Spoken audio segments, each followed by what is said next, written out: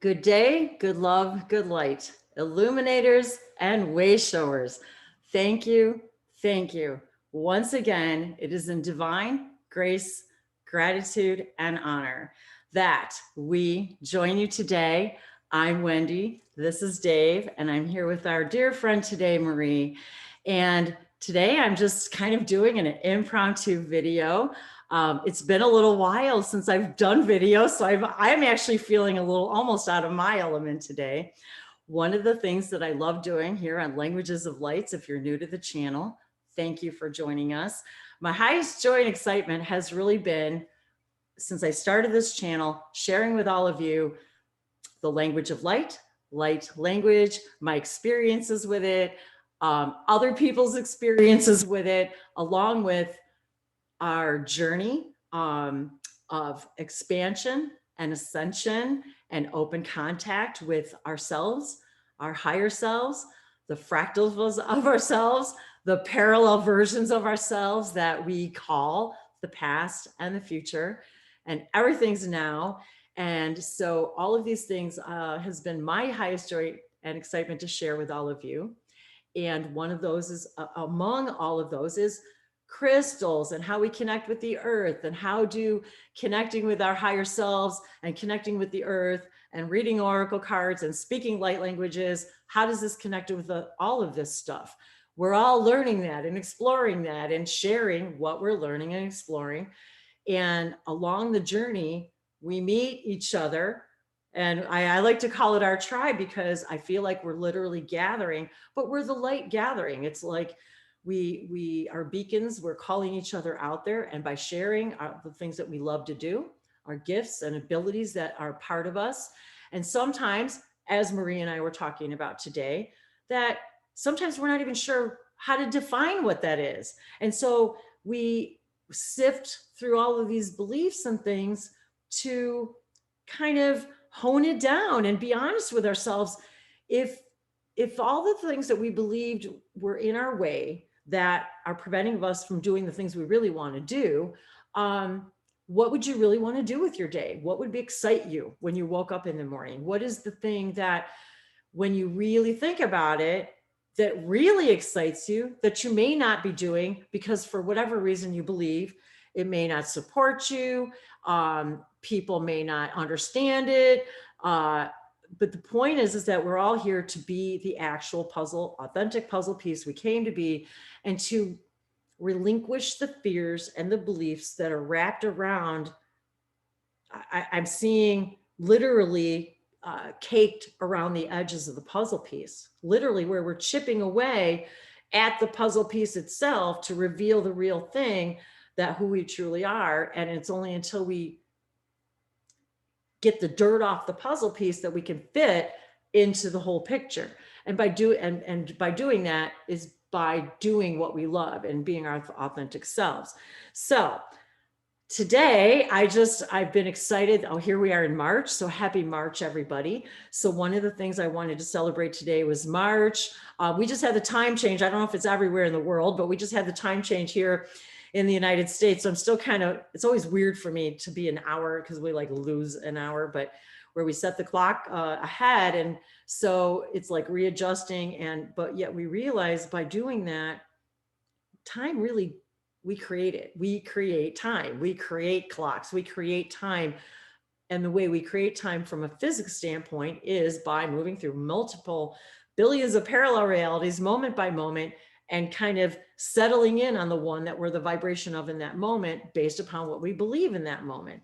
And so a lot of what we do in this, all of us, but me and particularly, and Dave, is even every day in our normal lives, our everyday lives, where we're looking at all these beliefs that are not part of the definition of our highest joy and excitement. So a lot of times we think we can't do something, and it's because we're not realizing that if it really is truly, if we're doing what we love and are in harmony, the things that we do not, that are not part of that, and we're not saying you aren't going to see challenges and things we don't prefer, but it's that we're moving to the version of reality we do prefer. And by doing all these things, whether it's being in nature, all of my videos started out with being in nature. So part of my joy is to explain, how do I connect with nature and say other beings? How do I make those connections, contact with myself through color, through sound, through vibration, through drums, so we talk about shamanic journeying and past life regressions and learning the depths of all that we are. And so one of the things that I wanted to celebrate today was March. I wanted to say happy birthday to all the Pisces people out there. One of the things that we're excited about doing today is we're going to bring some oracle cards readings to all of you. So I think part of the intention is for all of us, what messages do we all need to hear for spring? What messages do we need to hear to move beyond limiting belief systems? What messages do we need to hear about how do we connect with all of these other things in our lives, including the earth and Gaia, crystals, flowers? Thank you, my dear Dave, for always providing fresh flowers. I said once how much I would love to have fresh flowers in the house all the time. I also said how much I would love to be able to be in gardening all the time. And now I live in a place where I'm looking out at these beautiful, here in Southwest Florida, beautiful blooming bougainvillea and another beautiful tree. I'm not sure what the name is. And these gorgeous blooms. We're here in the Northern Hemisphere, we're moving into spring. The Southern Hemisphere, we're coming on to the fall equinox. So we're celebrating the beginning of a season, the ending of a season, but it's still the beginning of a new season, no matter where we are in the world. So wherever and whenever you are, thank you for being with us. And remember that whenever you watch these videos, whenever you get these messages, that is the time that the message is for you. That is sorry, my hair's sticking up. That's the time that you know that perfect message is for you. And one of the things that I also love to share on my channel is about how the synchronicities that happen in our lives, whether it's negative or positive, but the synchronicities in our lives are evidence of our current vibration and path.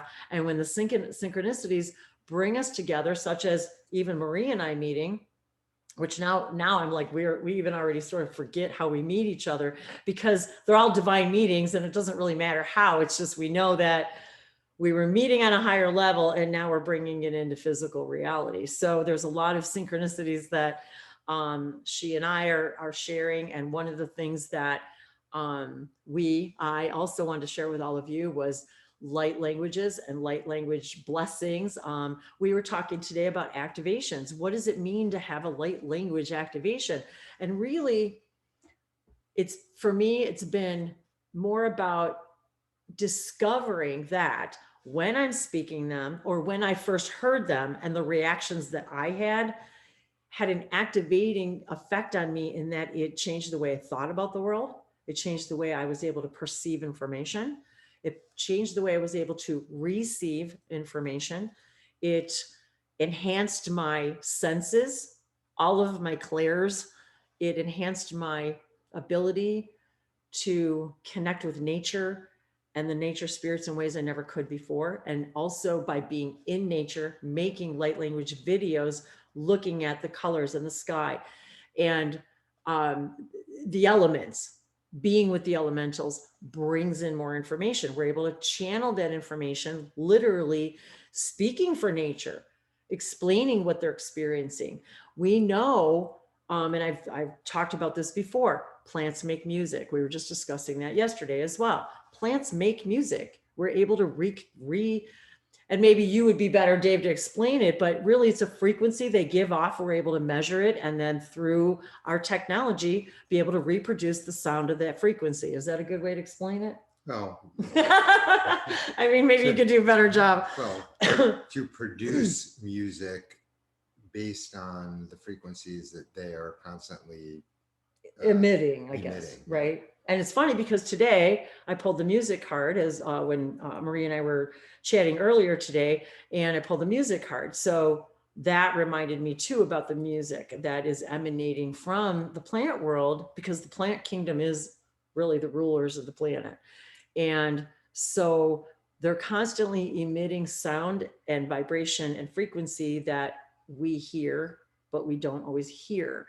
And light languages has helped many of us activate these higher dimensional awarenesses and are able to connect with different things and different energies, different entities, different worlds by being in nature, by being in the colors, by understanding how does that affect my chakra system? What is my chakra system? What do the colors have to do with it? And what does light language have to do with that? Well, light language is simply the interpretation in sound of frequencies of light and information that comes through, as we were again discussing earlier. Sometimes it's words, sometimes it isn't. Sometimes you're just getting the gist of the heart feeling of the message, and the words just somehow come out. I found a lot of times that as I started speaking light languages and being in nature, I started to have like I guess an interpretation, I guess, of the energy I was receiving. And as I'm speaking the languages or singing it, sort of words kind of start to come out. It's like it just sort of happens where there's this message that wants to be heard. And then many of us start to hear maybe a name, maybe we hear a planet, maybe we just hear color.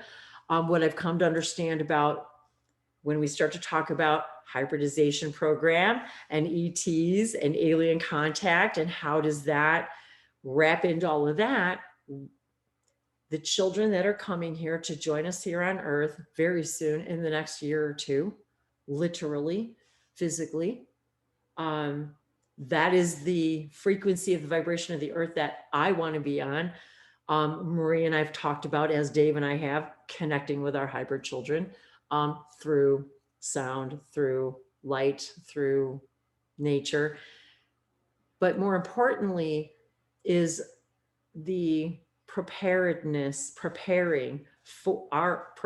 version of the Earth where we can all meet in a vibration, where we can interact and become a more integrated species of beings.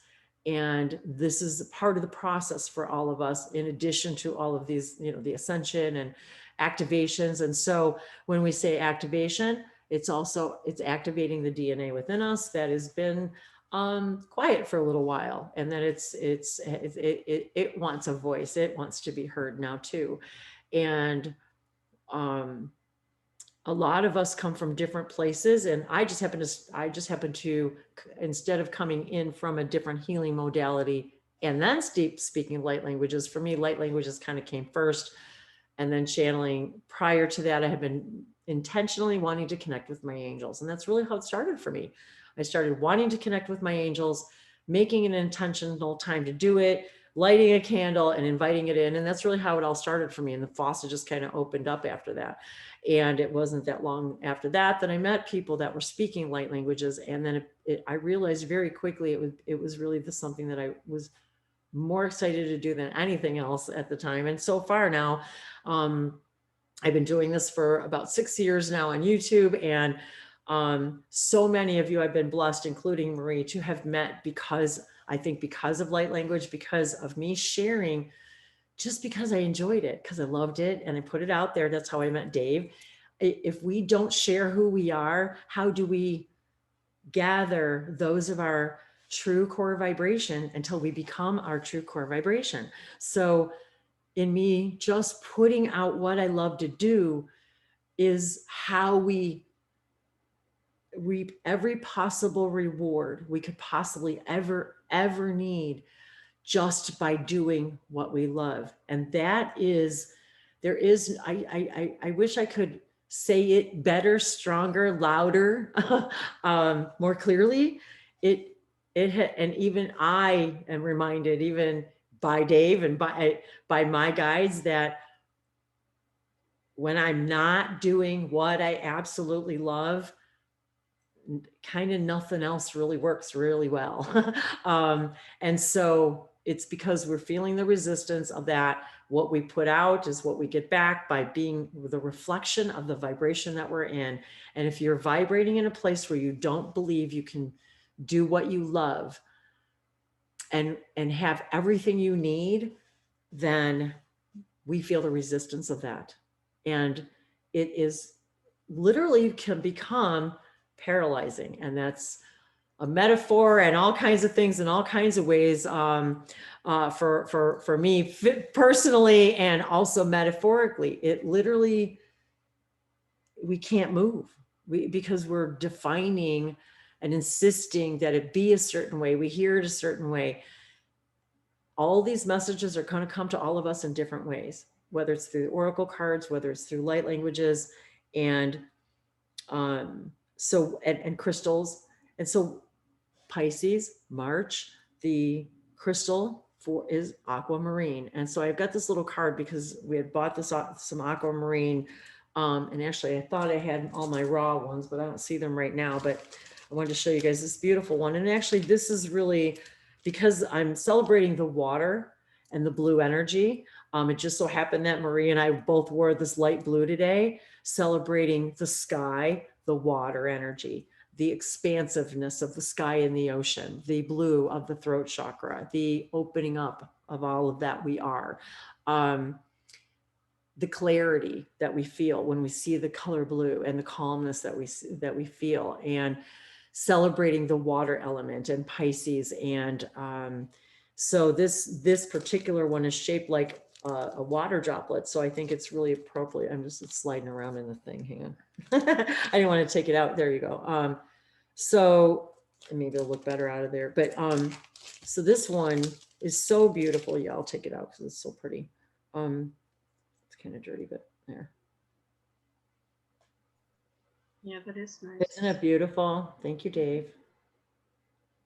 Are you going to set it up in something? I'm not really sure what right now I've just kept it in the original box that it came in so I could share it, just to show it to everybody. But so it was really about getting into the energy of it all too. And the idea that even though they're permission slips, meaning everything we do, every ritual, I'm losing the words, every tool, every ritual, every healing modality that we do is all a way to give ourselves permission to be more expanding, to become more of all that we are, to become more in touch with ourselves. And so when I'm guided to these things, and our months of birth each have a crystal associated with it, so that we can all become in touch with different aspects of ourselves. And so without getting into astrology and all that, I wanted to just share that, if I can even read this, the writing's really small. Maybe I should would you read this for me, please? I'm having a hard time reading that. Aquamarine is a stone of courage, energy, and cleansing of the ocean. Its calming energies reduce stress and quiet the mind.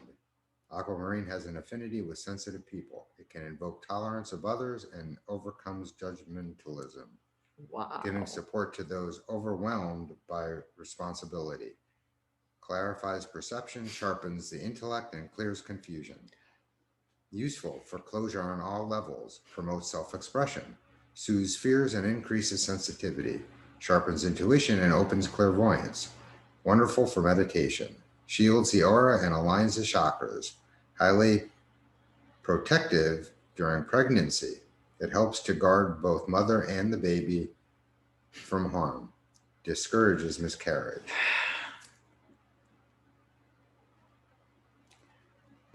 And it talks about the throat chakra. Has like a little symbol. Let's see.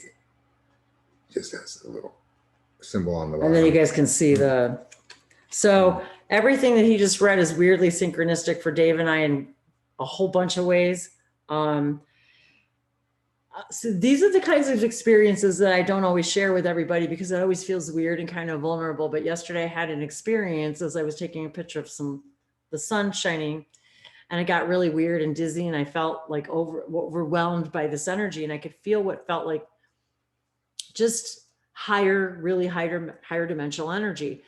And what I experienced thereafter was an experience where I literally said to Dave, I am having a child in another reality right now. I could tell, I could feel it. Now I know this stuff sounds crazy, and Marie's going, because No, I believe you. I know you believe me, but it's like, but this is what's weird about it is that fact that he read that, I completely don't remember ever reading that on this card ever. And I swore we've shared, maybe I've never read this card before, but, and then the water energy, water, mothers, when your water breaks, you're ready to have a baby too, right? So this is for all of us. We're giving birth to the new earth. This is what's happening. So all of these are metaphors and permission slips for all of us to connect more deeply with every. So if you need to rewind this video and listen again to what he read, it's really hard to read. So All right, I can see. you guys can maybe you guys can do a screenshot or something too. But And of course, this came with the stone. the other stone, I think. this came with one of the stones. yes, But you could look up for yourself. yes. The stones, probably a lot of you have. And I've got other books. crystal, and I've got another crystal book, but I'm realizing that They're all a little different. yeah, but the point is you guys look it up because that's meaning for your you. yes, and your breadcrumbs. And what does Aquamarine, what is all that we just read mean to you? How does it help you? There's a message for everyone who hears these videos. And Marie, we were talking about that earlier too, about when you're either pulling cards and reading for somebody, or you're receiving a card reading, the message is always going to be pertinent for you, or you wouldn't be present for the reading.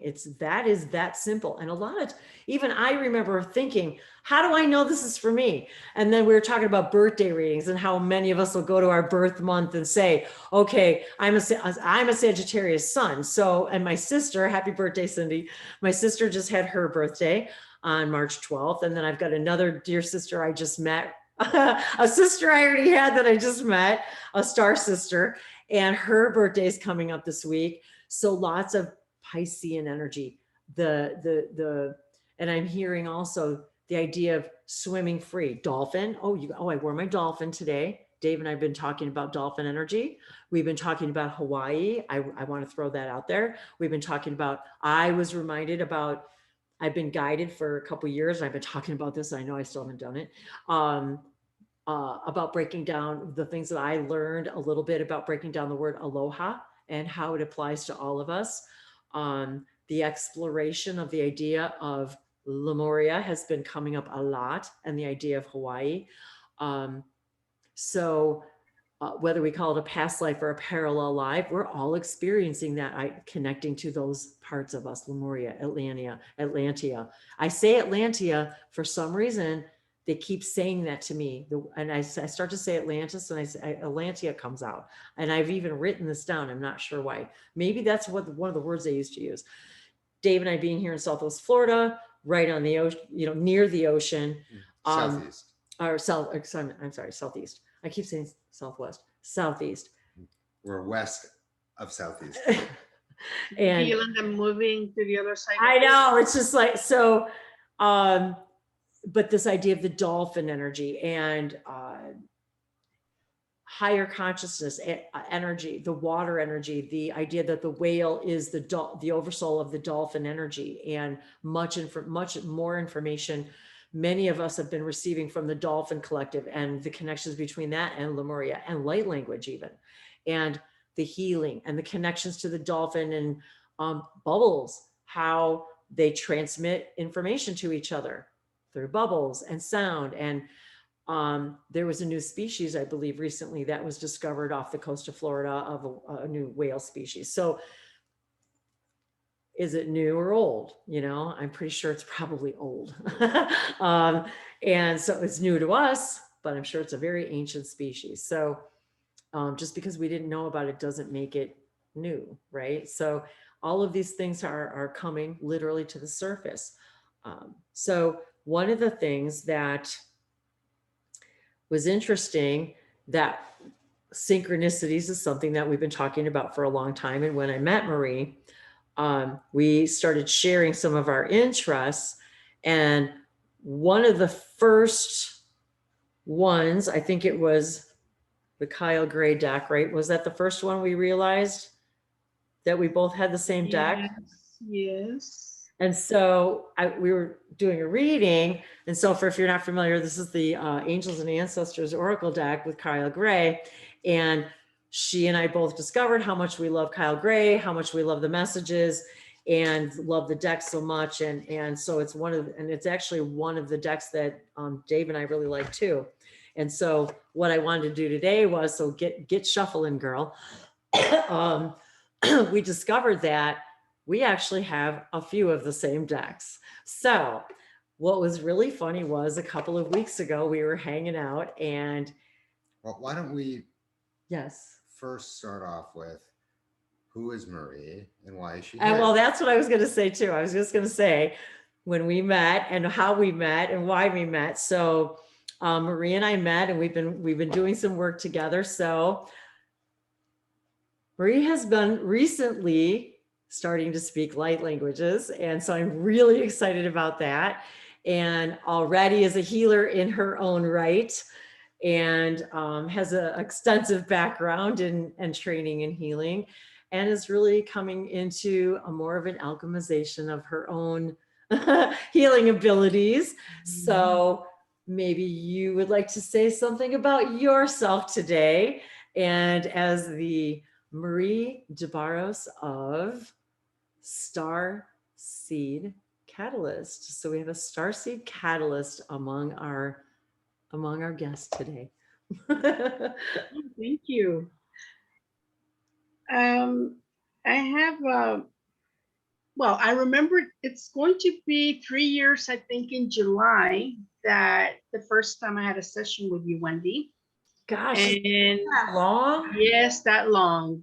Wow. And Wow. I remember one of the reasons I wanted to contact you was because I was interested in light language after having a spontaneous download where all this information came through while watching this one lady who had a very tiny YouTube channel speak light language, and I all of a sudden I just understood, and they were talking directly to me. It scared me, but at the same time made me curious to find out more. So looking around, I ended up finding you, and that's what wanted me, kind of like pushed me towards having a session with you. That was an amazing session that we had for where you connected me. I had all these questions and you helped me with your channeling to answer those questions. And one of the main reasons it was to learn and get a light language activation, which you did for me. And so then that was, I think, 2019 and 2018. And then I kind of like made the effort to learn light language, but it was a bit like not much coming out, so I put it aside.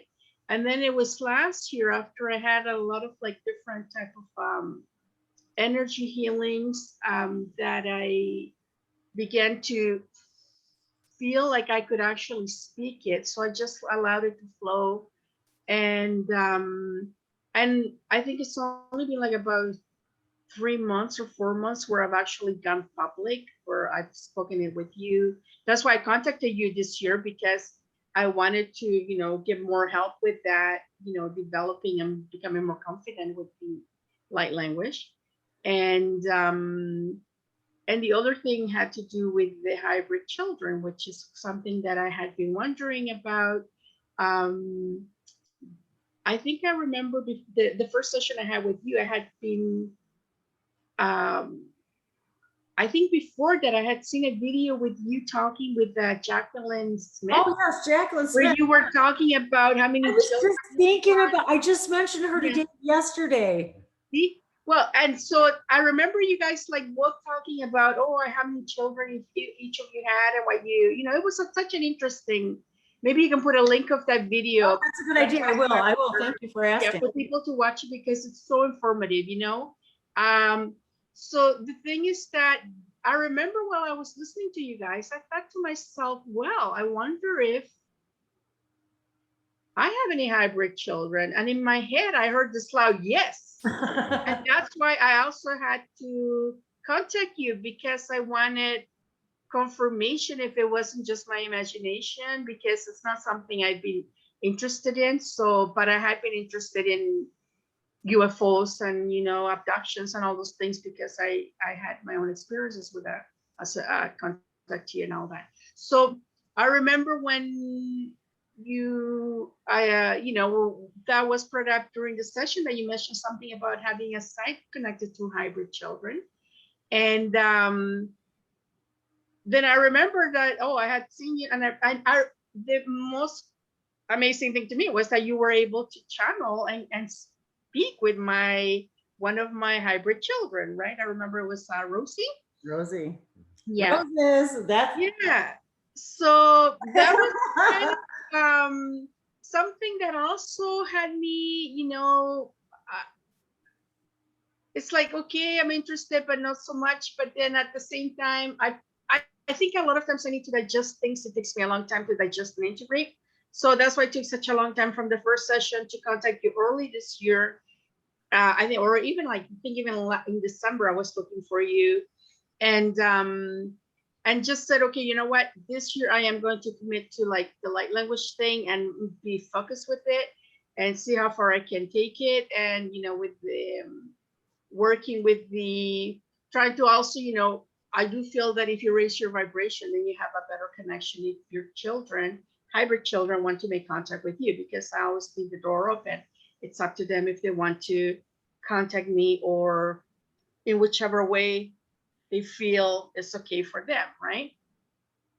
So it's been, you've helped me a lot in different ways that uh, I wouldn't have thought otherwise, you know, because it's interesting how and the other thing, you made me a big Bashar fan. I mean, it was one of those things that at first too, it was like, oh, okay, no, I've heard of him before. I'm not really into it. I remember when you mentioned him the first time when we had the session. And then it was like, I think in the last, like over a year now, that where I really kind of like began listening to him more and more and more.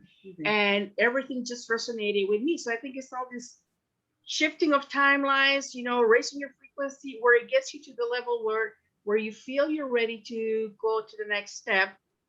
And so then you can process a bit more of what the higher frequency information comes through, right? So that has also led me to kind of like change the way I work with people, because I was more focused in doing past life therapy. And then when I personally realized, even before hearing other channelers say, like, I knew it was, others had mentioned it, but when I realized myself that there is no time, I felt like, okay, I'm cheating people. Why am I telling them it's a past life when everything's happening now? But I know consciously a lot of people are not ready to hear that concept that it's all now. So when you're tapping into a past life, you're actually connecting with a parallel self, with another part of you that exists right now. It looks like it's in the past because that's what we think, but it's happening now. And that's why the person can speak to you and they can give you information. So it was one of those things that I felt like, I'm not going to say dishonest, but it felt like it didn't feel right. So then I began to develop the idea, okay, what if, you know, focusing on what Bashar says, that everything's now and that we have parallel timelines, we can, you know, and we're changing all the time. How about working with people where we go into a parallel life rather, or connect with your parallel self, the aspects that you want to maybe get advice from? Like, let's say the person, you want to start up a business, but you're not sure how you're going to get there. But maybe the other aspect of you in some timeline is quite successful and is doing exactly what you're doing, but 10 years ahead. So, or, you know, they're more advanced. And so they can speak with you directly and tell you that part aspect of you through the hypnosis session that, hey, you know what, this is how I did it. You know, I took this step, I contacted these people, look at, you know, start working with this person, or why don't you start selling this product? And then the person can take it. I mean, it's all free will. So the person has the guidance there from their own self, and they can decide, okay, I want to pursue this and see how it goes, right? And most times it's the same. It's like connecting with your higher self. But some people also don't feel or believe that there is such a thing as a higher self, but there might be more open or receptive to working with their parallel self. So it all depends. I usually tailor the work to what the person believes and is able to be open to, because I'm not going to tell them things, okay, if they're complete skeptic of UFOs and ETs, I'm not going to bring that up for them. So that's why a lot of times when I work with somebody, I like to talk with them at least about, a little bit before we continue on with the session, because that way I have an idea, what their views are. And but most times the people that come to me, it's like they're already open enough if they want, a quantum healing technique, or if they want a future life progression, where they want to explore their future self. It's things like that. They're already kind of like done their homework, so it doesn't take a lot for me to educate them and inform them on the techniques, right? The one interesting thing that I found during the work that I do is that they get a lot of healing while they're working with me as well, which is not something I tell them, but I feel it energetically. And I notice it with them because a lot of times they'll either start yawning or they start like they need to go to the toilet a lot because they're just releasing all the water and all the energies that are blocking them. And so they take a lot of potty breaks and all that. And so they're also kind of like, I also go into this state where, without me knowing what it was at the time for years, I just go into the receptive state of channeling. So they're telling me what they want to work on, but I already know what the answer is going to be. And I start asking them questions. It's like, oh yeah, like I never thought about that. Or I give them like, have you thought about this? Oh yeah. So there's all these things that is kind of like an integrated process. So they come for one thing, but they're getting a lot. It's like what you do with your work as well, where you're working with sound, you're working with your shamanic drumming, you're working with all these other energies, providing the cards, the oracles, and all that.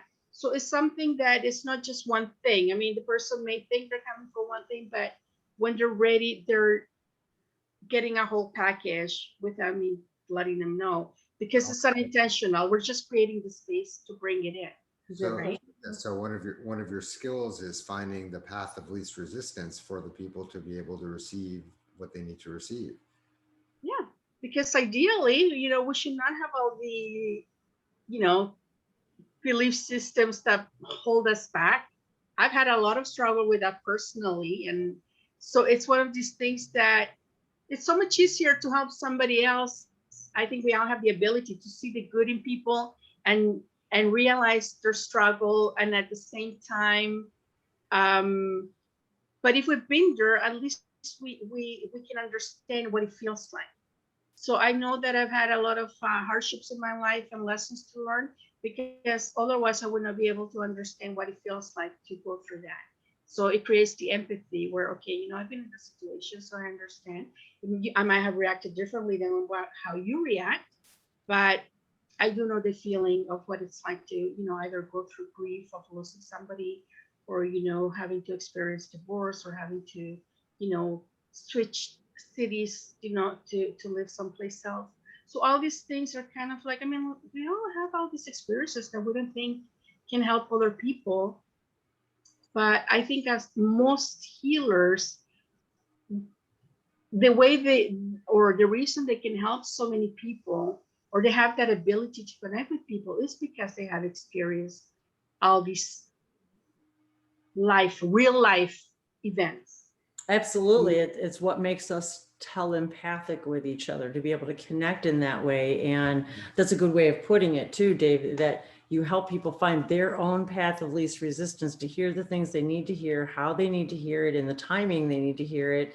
And it's nice that you have told people too, how sometimes it could take a couple of years in between concepts to grasp them and integrate them and finally understand what is that your gift to the world. One of the things I love about this interaction is so many of us also who are really excited about doing these things don't always have someone else to talk to, or bounce things off of each other, which is what I like about what we can do and what you and I do is it's not about, there is no competition. It's about how do we work together and but how do we help each other when we have our own roadblocks that we want to help. And then, so by engaging with each other and working through our own belief systems,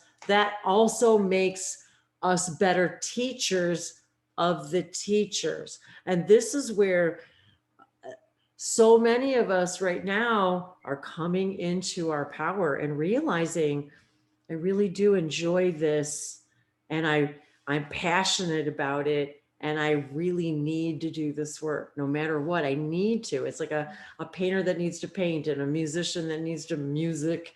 It's just you need to do it. It's because it's something you love, and so I love that you're taking this next step to put yourself out there and to incorporate these new tools and things that you've learned, and connecting with your own hybrid children is very exciting. And without getting into a lot of that, really, it's just these are beings who are literally carry human DNA and are coming to the earth to integrate with us, and we're all preparing, and we're telepathically, because we're raising our vibrations, beginning to be able to connect with them. And one of the things that we talk about, and Marie and I were talking about earlier too, is and I've been talking about this a long time on my channel and a bit, and that so many more of us are now experiencing, where we're hearing things like, oh, I want to play with you or cook with you, or, take a bath, or what are you looking at? Or what is this animal? What is this plant? Tell me more about this.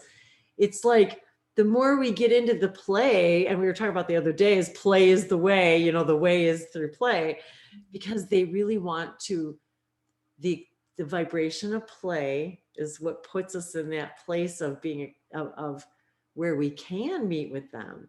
So by you helping people also connecting with their parallel selves, are able to literally take that information and say, okay, wow, I really am receiving messages, but I didn't think I was, because I thought it was supposed to come through a certain way. And now I'm realizing it doesn't necessarily have to come through that way. So it's been very exciting for me too, to see your journey. And okay. And to see your journey, and like you said, sometimes, we create time and we say, sometimes it'll take maybe some people a year or two to start speaking light languages, for example. But in the from our higher selves perspective, there's no time at all, because everything's right now. So if everything's right now, really, it hasn't been 3 years, And I do believe that we all have that ability. Like, we have all these abilities that are just lay dormant. They lay dormant, so we don't use them. Because I remember as a kid, I used to speak a lot of what they call gibberish. Yeah, me too. Back, I realized it was probably light language. I just didn't know what it was. Yes, I would play alone in the backyard. We had a huge backyard where we lived. And I would just, a lot of times hang out by myself, and I would just be speaking to myself and wondering, like, big grown-up stuff. It's like, I remember I must have been like 8 or 9. And I would think, I wonder if there's another me living here on Earth. And what would it be like to meet her? How did I know things like that? Because when you think about it, that's exactly what happens. We have other aspects of ourselves that are incarnated here. And I think some of them even look like us, so it's like here on the planet. I'm not talking about a parallel life timeline.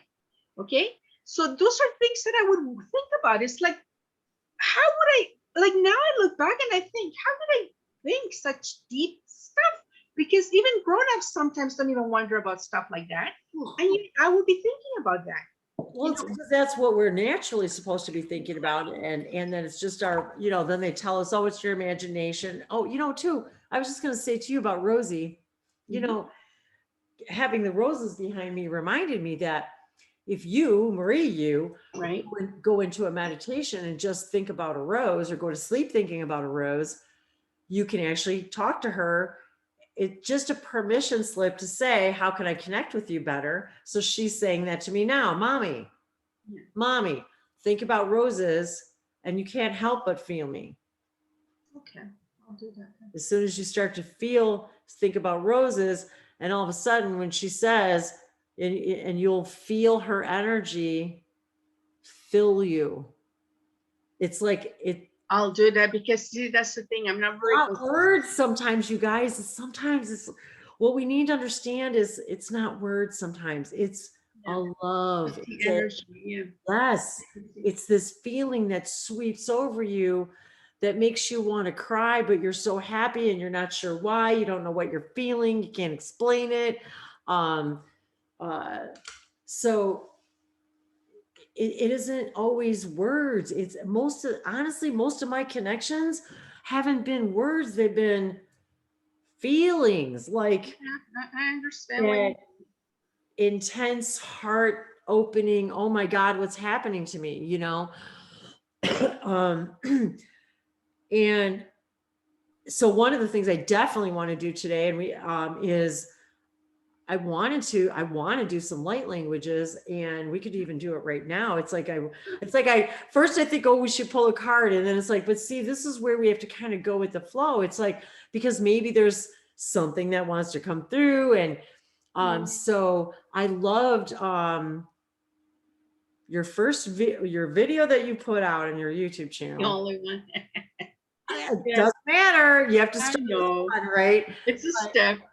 I couldn't believe how you just, I don't know, how do I say it? Like I even said to you, you looked like a completely different being to me.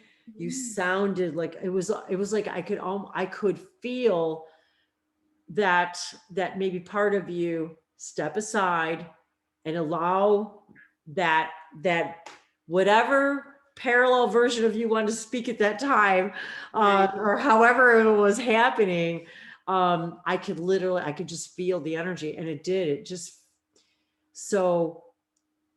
And then when you're describing it too, the feeling of, I feel like I'm sort of there, but not there. And that's the feeling that I want to reiterate to people who are maybe new to light language too, is one, everybody can do it. If it's something you really want to do, it helps to just hum. It helps to just talk out loud. It helps to listen to the drum. It helps to listen to other people speaking light languages. Some are going to resonate with you more than others. And some a different time, so each one are different. They're variations of frequencies to allow you to open up to more that you are. And I literally felt this whole ancient shamanic medicine woman revealing herself.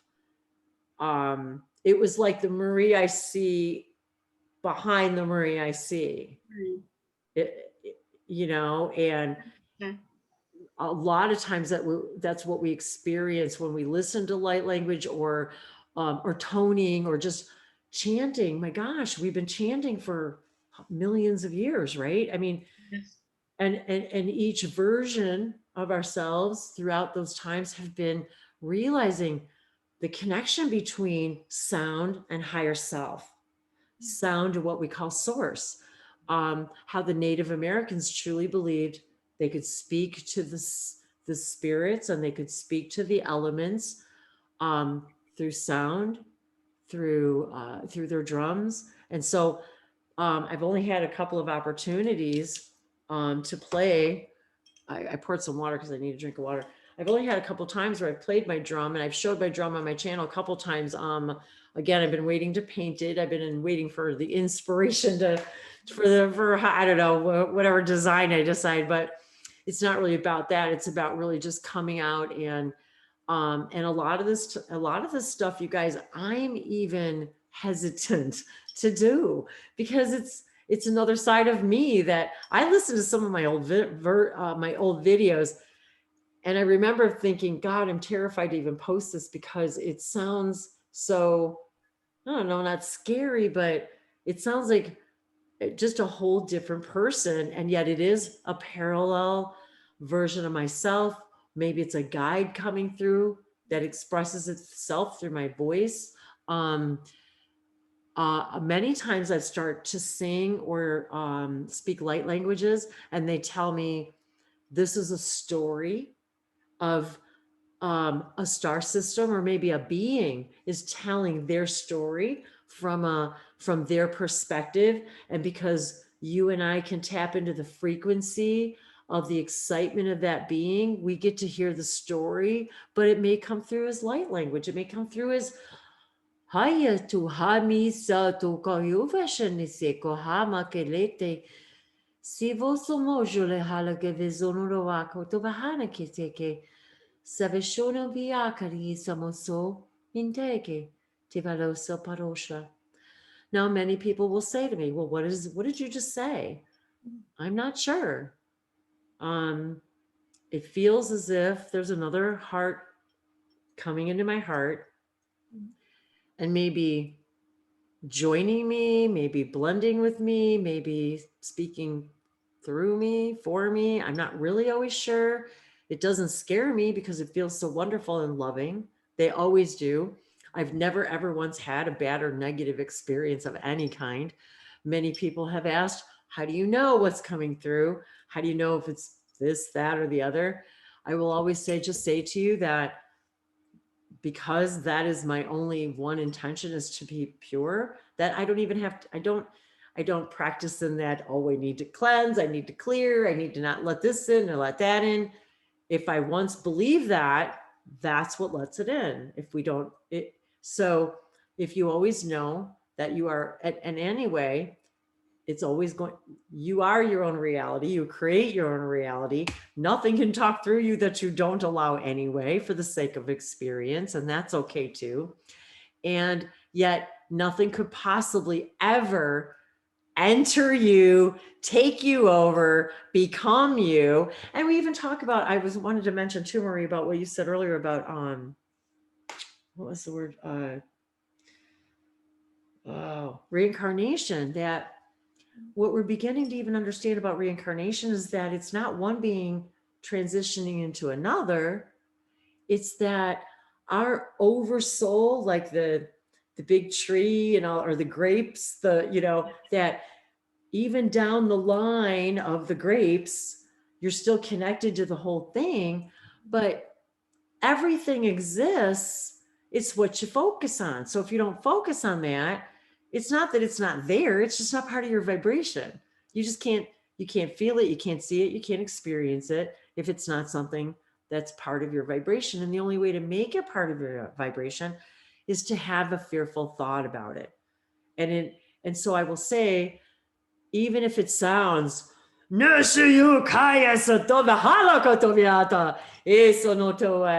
it's a strong version of me that has something to express.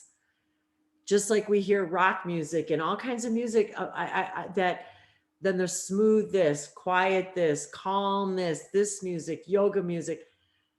Does that make a version of music bad, negative? Not unless you perceive it that way, or perhaps maybe that's the person's intention. But the only way you're going to resonate with that is if you're in that vibration. And even if you are, that's okay too, because then you could just say, is this the vibration I prefer? And if it is, that's okay to explore it. And if it isn't, you say, well, that's not what I prefer. Even though it exists, it's okay. I prefer this. Allowance. It's about appreciating what's there, allowing it to exist. We don't need to have resistance to it. So when we are concerned about, but we allow what's to come through, and I only feel love. That's all I can say. I can't explain it. And I will see all kinds of beings that come through. Sometimes I don't see anything at all. Sometimes it's just a warm, wonderful, loving feeling that I feel like it's reminding me of the frequency of where I should do everything from. Talk to people, do my bills, cook my dinner. That's the frequency we're wanting to make our decisions from, so like we were talking about things that maybe a lot of us that don't necessarily like to do that are part of our work. Say like a lot of us who want to put ourselves out there to the world and tell people about what we do aren't necessarily crazy about the technical stuff part of it. You know, the website creating and the this and the marketing and all those things so we have to say, well, can I trust that if I just do the work, meaning put myself out there, do the things I love, that the people I know that are gonna need me are gonna come to me, and that I don't have to push myself to do those things I don't want to do. But I also know that maybe one, I'll learn something that maybe I might like it, or I might find out I don't like it. And then I can move into the belief system that I can attract somebody into my life, like I did with my friend Bree. Hi, Bree, love you, girl. If you guys have been watching my channel for a little while, my dear friend Bree, we've done lots of videos, and she was part of my journey, and we get to meet each other in person and become friends and all kinds of things. And it's just that she was excited about doing those things, and I got the opportunity for her to help me do that by she found me because I was doing videos. So if I wouldn't have been doing videos, I went to Founder, and then I went to have somebody help me do my website, because I don't really like to do that kind of stuff. And so I wanted to say, we were talking about that earlier, Marie and I too, that one of the things that I was saying about when we exchange gifts and services, it's not necessarily about, oh, I'll do a reading for you if you do a reading for me. Maybe it's somebody that's like, we were talking about transcribing. I have a lot of videos I want to transcribe, and I don't have time. I've got a lot to do. I want to produce other things. I have other things I have to spend energy on. Dave and I are very busy with the life that we have. For many of you, if you don't know, Dave we're the caretakers for his step grandson, who is a quadriplegic in a wheelchair. So our schedule is a little different than most people, and our lifestyle is a lot different than most people. My life now is very different than it was 2 years ago. For those of you who've been watching my channel for a little while, and even Marie knew me before I had made this big change in my life. Yeah. And so, but by doing that, by putting ourselves out there, just by doing what we love, we don't have to worry about the details, because the details the things that we need are going to come into our lives just when we need them. And it was really funny, because then when I did change my lifestyle and moved here to Florida, and Bree, then it was kind of funny. She and her life changed. She went a different direction. I was here, and it just so happened Dave knows how to do all those things. He knows how to do all kinds of things, and editing and programming. And so all the things I really don't like to do. So, but we were talking about exchanging services. So it's like, okay, so I started doing sessions like on a voluntary donation basis, because I have everything I need. I'm very fortunate in that way. And then, but I don't like doing those things. So if somebody wants a session and they want to transcribe a video for me, oh my God.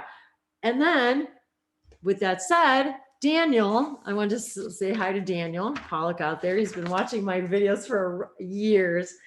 And the light's getting dim in here. The sun's going down, but he made this awesome Wendy Ranger being for me. And if you've been watching my channel for a little while, my beloved canine companion Ranger, who was with me in all my videos, he just transitioned December 26th.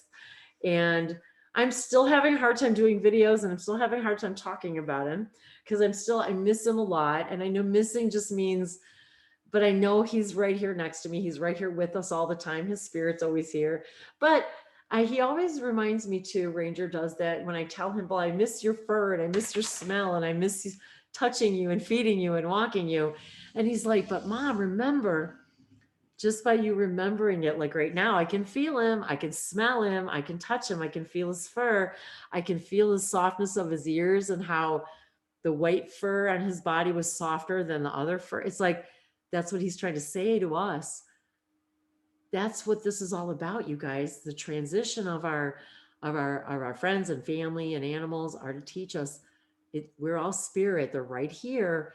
But as soon as you smell me and touch me and think about me, you think you're missing me, but what you're feeling is my love and our exchange of love.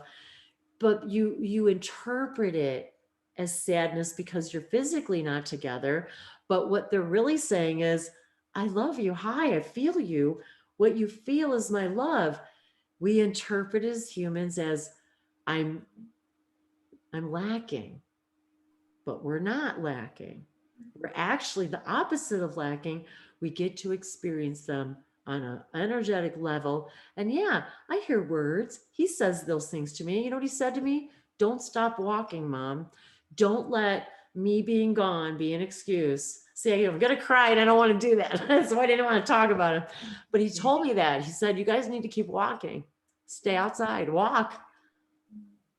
See, that's why I didn't want to talk about him. So thank you, Daniel. That's a nice picture. I like It is. It's great. So, and sorry, guys. That's why it's hard to be vulnerable on camera. So I always wanted to be a forest ranger. And I told Marie this story. I did in my 20s. I lived in north of Chicago along Lake Michigan, and they have forest rangers. They have the state parks with forest rangers. And I did really want to be a ranger. But my belief systems were at the time, I had 2 young children, and maybe that job didn't pay enough. But it was really the one thing I really wanted to do. It was 5 minutes. You're doing great at it. 5 minutes from my house.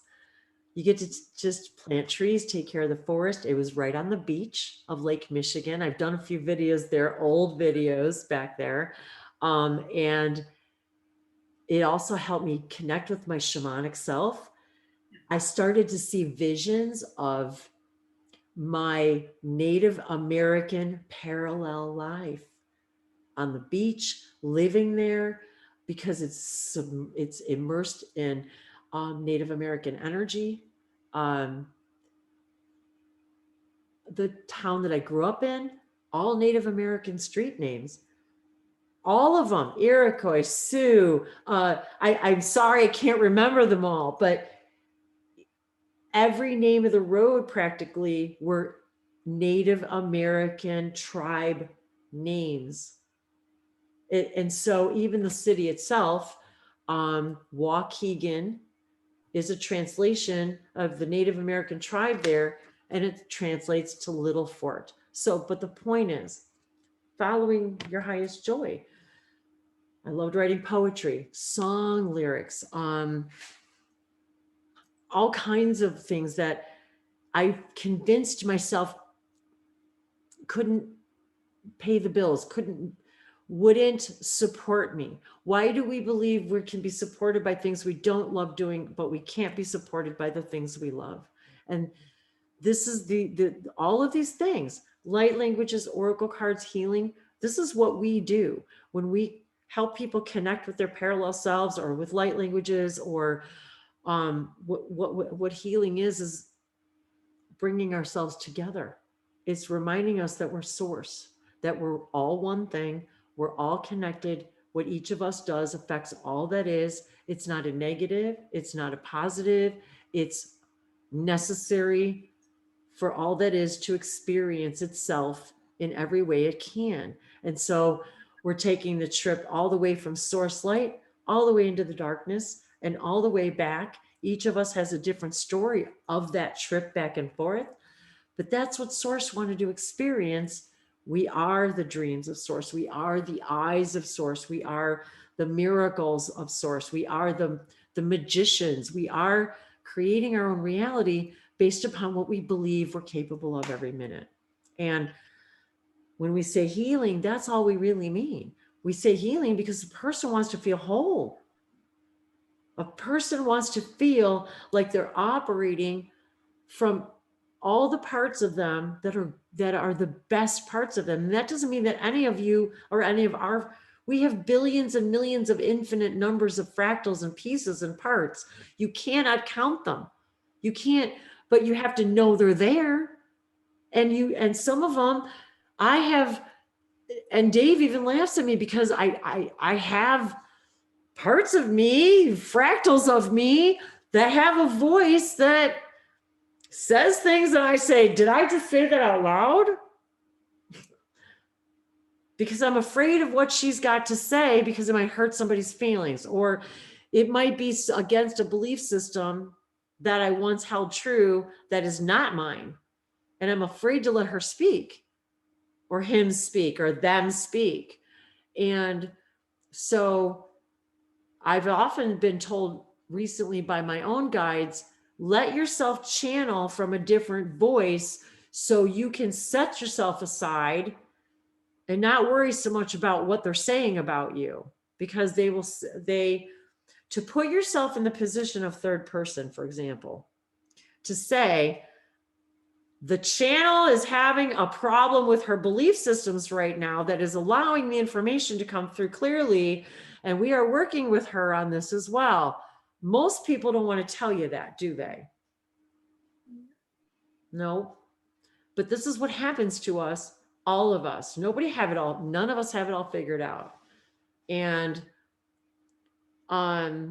if somebody tells me they do, then I'm probably going to go the other direction because I don't think any of us have it all figured out. But it's because we're coming together to sharing our experiences. That's the only thing that matters, because that's all we're here for. We're the stories of source, period. How we go about telling that story is up to us. Do you want to tell the old story? Do you want to tell the story from your future position? We were talking about medical stuff today. We're talking about diseases. We're talking about how do we change our belief system that if something tells me my ancestral thing says I am susceptible to this thing, what about if I don't buy that? What if I don't buy into that reality that says I have to believe that? If I know I'm new every moment by moment, parallel millions of times per moment, why do I want to continue to believe that I want to have that experience? That doesn't diminish the experience, though. If it's something that your soul needs for growth, and that's something that you need to go through, we need to go through. I've been through lots of shoulder surgeries. That was my manifestation of being able to find my way home to source. That's how one of the many things that I went through my journey. But that was like, if we're talking about medical stuff, that's what happened to me. My lack of doing what I love every day manifested in a bunch of shoulder surgeries, which led me to alternative medicine, holistic medicine, getting off of pharmaceuticals, realizing it was all poison, but then realizing I'm creating it all. Me, I'm creating it. Nobody else. Nobody else. I am. Why? Why? So this is what we're here to ask. Why are we creating this? Why? Not a judgment, an observation.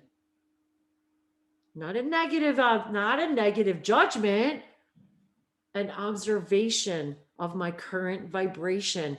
Why am I creating this? What do I believe? If it's not something that I want to believe, or that if it disempowers me or makes me feel separated from God or myself or who I really am, it's segregation, not integration.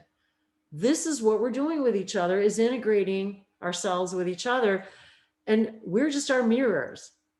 You help me, Marie, by me helping. We do this for each other because we're each other's mirrors. We're just reflections. That's it. We're not here to judge each other. We're not here to judge ourselves. We're here to observe our vibration and say, is this what we want? Is this who I really am or not? If it's not, why not? Why don't I believe it? Why am I living a life I don't believe I can have? What's the reason? And so this is what we come to the table today. I wasn't going to talk about most of this stuff. I was going to do oracle readings because you know what? Marie and I found out we have 4 of the same identical decks. Yep. That we were going to, we still can do readings today. I don't even know what time we're running on now, but do you see how this stuff goes off in a different direction? Because we're channeling higher frequency information in the moment. If the message doesn't need to come through this, it needed to come through a different way. I have to be okay with that and say, but the point is she and I are laughing today because we didn't even know till today. We thought we only had one deck that was the same. Then we both went and bought the same deck, the Galactic Heritage cards, which I just did a reading about with you guys. And I just dumped all my cards on the floor. And even these, we both bought. And so we're both drawn to the idea. So it's about vibration. And then we find out we also had the Earth Magic deck is the same deck. And then we find out we also both have the Dragon deck. Yes. So the last time we were hanging out together, she and I pulled the same card for each other. How does that happen? This deck, Kyle Gray's deck, we pulled the same card for each other. And the funny thing is, Marie, tell everybody what you said. When that happened? Tell everybody what you said about 10 minutes before that happened. Well, what I said while we were shuffling for each other, I said, I wonder if we get the matching cards for each other. And I laughed about it. I thought, no, that's never going to happen. And then sure enough, we spread out our cards and we showed them to each other. And we had the same exact card. So we both knew that same card was, I just had to pick up my card. Same card for the same message for both of us. Same message. Was it medicine? Wasn't it a healer card or medicine? I can't remember. Well, we'll find, I'm sure we'll find it. So it was this deck by Kyle Gray, the ancestors. So I thought it would be fun today if she and I both pulled cards. And we'll just, what if we don't want to do them all, we don't have to do them all. But the point was I wanted to share that synchronicity with you guys, that we didn't even know that we even shared all the same decks until today. And that we pulled the same card for each other last time. And I know it's not. I still can't believe that. I know it's not that big of a deck, but you're thinking, what are the odds of that? I guess pretty good, but are they? It's we shuffled. We put. Literally. How do you can't make it up?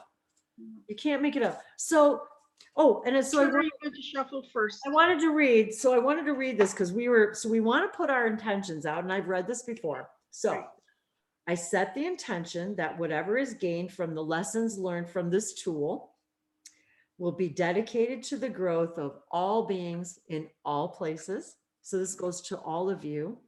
And I'm sorry, that was the back of the deck. This one's the front. Guardians of the four corners, Mother in the earth, Father in the sky, angels, ancestors, sacred ones, I call on you and welcome you here now.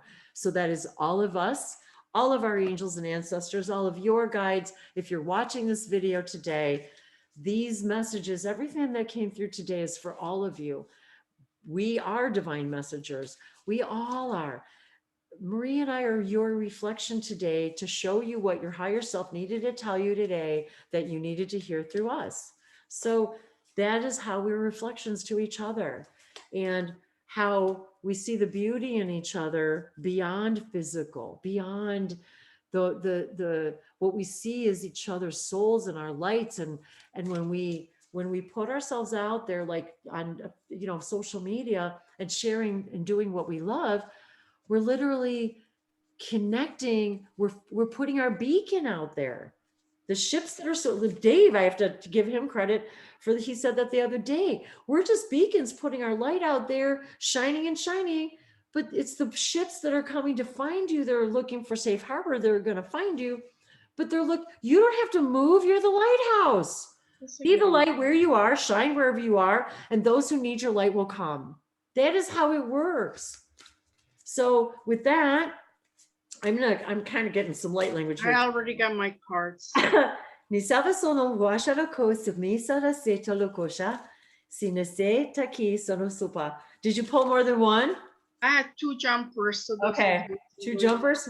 I like it. So jumpers, guys, are ones that sort of fly out, and you're like, well, that must be the one. So they sort of tell us when to stop. The first one, Oracle. My first one is Oracle. Wait for important information. Oh, I like that one. I had So here that. we are. It's an Oracle, our first Oracle reading together. So we're bringing pertinent information. And for all of you watching, more information will be coming through because of this day, because of this exchange. So this is telling you all, wait for more information. Maybe you need to make a decision about going a particular direction. It's telling you today, just wait a little bit longer for more information. Dave and I even had this experience today talking about some things and realized we needed more, we were waiting for more information. So that's a message. So tell me what your next card is. Tell me what your first card is. First one is the Animal Guardian.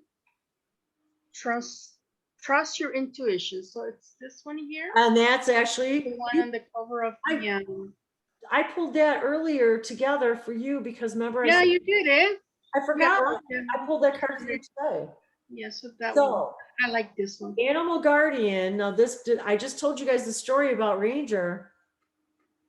So you all have an animal guardian with you. Ranger's here with me. That's my confirmation for you guys. The synchronicity that she pulled that card. We're just talking about Ranger. That's my We're talking about owls as well. And owls.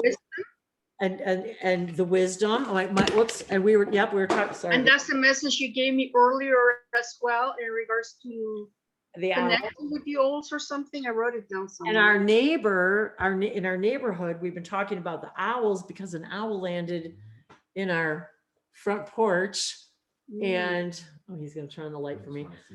And yeah, that's better, I think. That's not blinding. The owl landed in our front porch on the shutter one day when Dave and I were sitting out there, and it left me a little owl feather. Oh, did I leave it out?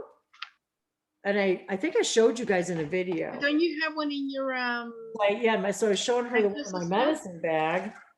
I don't know if I put it back in here. I gotta see if I put it back in here. So what about the one you have on your neck?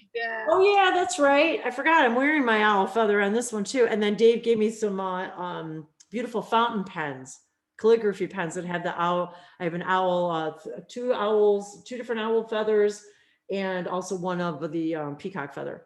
So lots of bird energy, freedom idea. My little medicine bag here. And I had so the first thing I saw was the feather. The owl left me a feather, and then I looked up and realized the owl was sitting up on top of our shutter. So the owl totem. So you guys are being invited. Here it is. It's really small.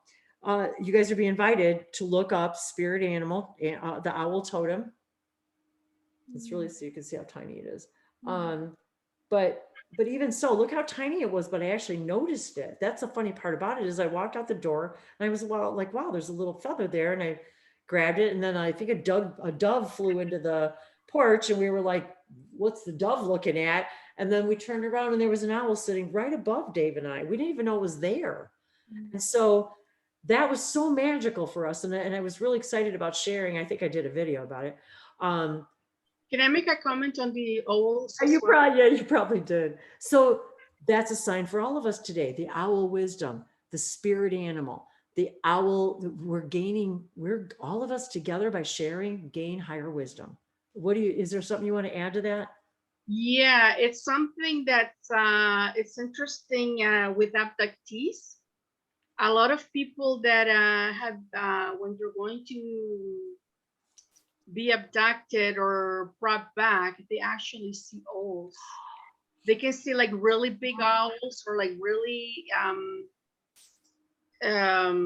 like they're not like the normal size. Sometimes they see them like standing right in front of their car. If they're driving, they fly by. And so there's a lot of them that see owls and they start seeing synchronicities as well. There's this one researcher, this guy who actually specializes and has written books about the synchronicities connected to the owls, which is so interesting. Well, I'll send you the name, his name yeah, later. please, yeah, please do. We'll put the. It's We'll put, McClellan, I think is his last name. I'll look it up. And okay. he wrote some really good books, and he has his lectures are on YouTube as well. And yeah, he describes that, which is interesting, the connection with the owls and the ET contact. Well, that's interesting. You brought that up too, because something I was going to say about the owl in that. Something you just said that reminded me of the owl and the ET contact. Oh, do you think it's because, I mean, do you think it's just because we have that belief system that because owls symbolize higher wisdom that we see it, that archetype at that time?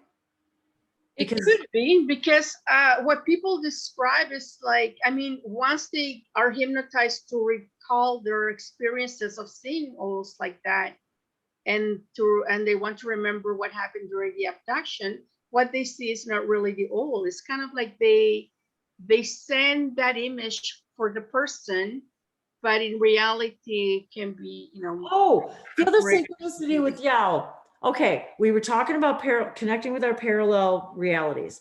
I was telling Marie about a parallel version of Earth, another one of my counterparts. Her name is Lucy. She lives in a parallel reality of Earth, very similar to ours, not quite the same. Marie's very excited about asking her questions. One of the things Dave and I completely forgot. One of the things she didn't know was, what is an owl? They don't have that? No. So I'm on to tell you that. She said she didn't know. She's like, owl. It was like funny how she said it because she didn't know what it was, because there's so many realities that are very similar to ours, but very something different than ours, but that she didn't. It's like, it's hard to imagine, oh, there's actually another parallel version of Earth that doesn't have an owl. Well, yeah, there's parallel versions of Earth that don't have open contact, that don't have never even don't have electricity. The list goes on and on and on and on, because it's infinite. You can't, anything you can imagine, there's that version. The stoplights are different colors. The street lights are different colors. Different things that she's told me. For example, they don't have like an awareness of connection to source or higher self or stars. Right. It's kind of like us, say maybe, well, I can't even say thousands of years ago or hundreds of thousands of years ago, because there was even beings on Earth millions of years ago who understood the stars, but then we sort of forgot it. Oh, thank you. She sent the link. No, I just sent you the name of the guy. Okay. Synchronicity. That book. Oh, synchronicity. Oh, I missed it. Where'd it go? Here. Oh, synchronicity. The messengers, owls, synchronicity, and the UFO abductee by Mike Cleland, Cleland. If anybody's interested in looking that up. So that was a whole nother synchronicity that I happen to be telling Marie about Lucy, and then I had forgotten that when David and I tell you about my parallel self. Yes. The feline Lyran. Yes. He's a male. You could pick up on it more, but I haven't been able to have the contact that you have had with your, But Lucy, you did. Well, you did with you, but I mean, when you told me you're having contact with him just by telling everybody about him. No, but I had, because I was in the solar group where they were doing channelings, and I asked about an experience, and they told me this is the being, but then you could also see it when I mentioned it. but it's not something I have sensed them sometimes, but not lately, maybe because I haven't made the effort. I'm not as committed sometimes to do things. I do terrible doing things on my own. No, well, you know what? That's why we, you know what? We need each other. That's probably why we're all together. And, you know, I don't usually, I don't always, share like personal experiences like we were talking about earlier, but I actually had an experience recently where I even saw Dave shapeshift into a tiger, Really? into the Black Panther, Black Jaguar, into the lion. So yes, it happens.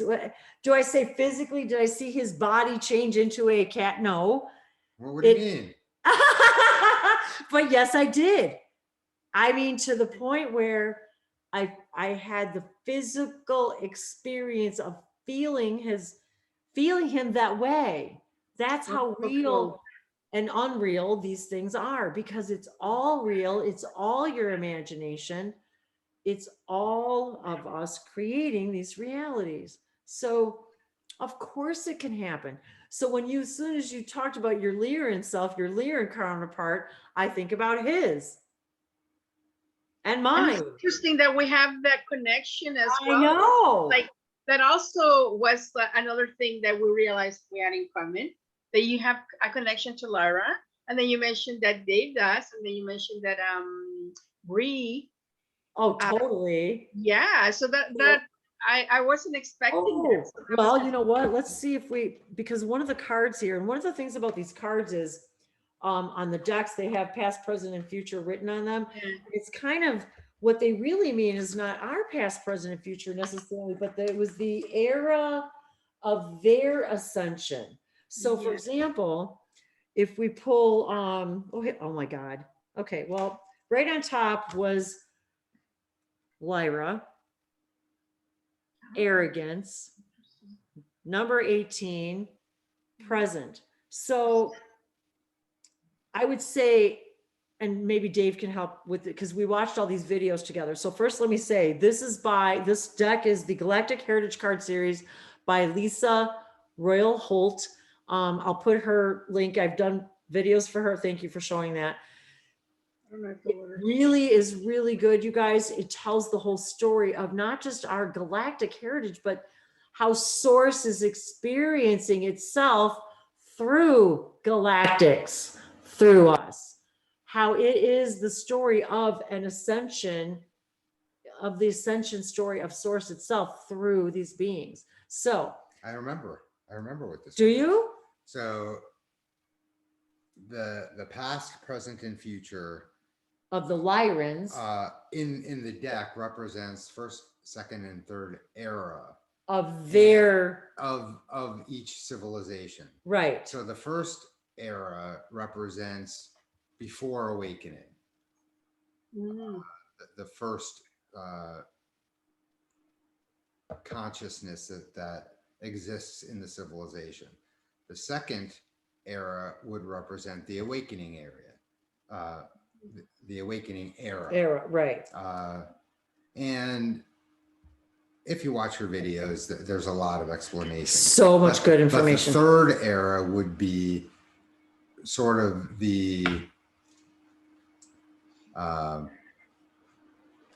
more of the ascension part of it, the ascension process, and continuing on past the ascension of their consciousness. So this particular card, Arrogance, number 18, was how the Lyrans felt that they had to go save everyone.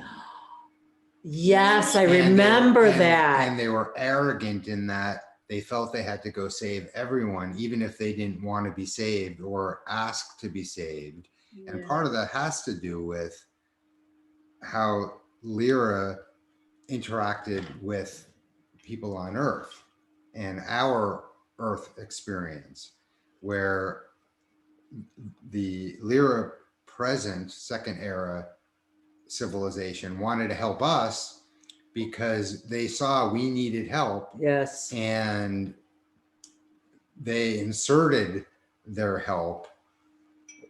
I don't want to say without permission, but because they were arrogant, thinking that they knew what we needed for our ascension. And didn't it create a reality in which it was too much, too soon? Well, I think that they're turned into issues. Yes. That and part of the, when you get these cards in the readings, she talks about issues that the Lyrans, for instance, might have had, things that they had to work through because of actions that they took, for instance, because of their arrogance. So maybe this card is for people like us to say, we don't have to, we're not here to save everybody. We're not here to heal everybody. Oh, you were getting the same message? No, like what I'm thinking, I agree with that, that it's not our job to be saving anybody, or it's like, I understand the arrogance, you know, because everyone that becomes or starts thinking of themselves as a healer or in the helping profession, somehow they assume the person really needs their help, and what Dave says, like, you know, they try to take everybody's problems. Whether I know a person very close to me, family member, shall remain unnamed, who is just like that.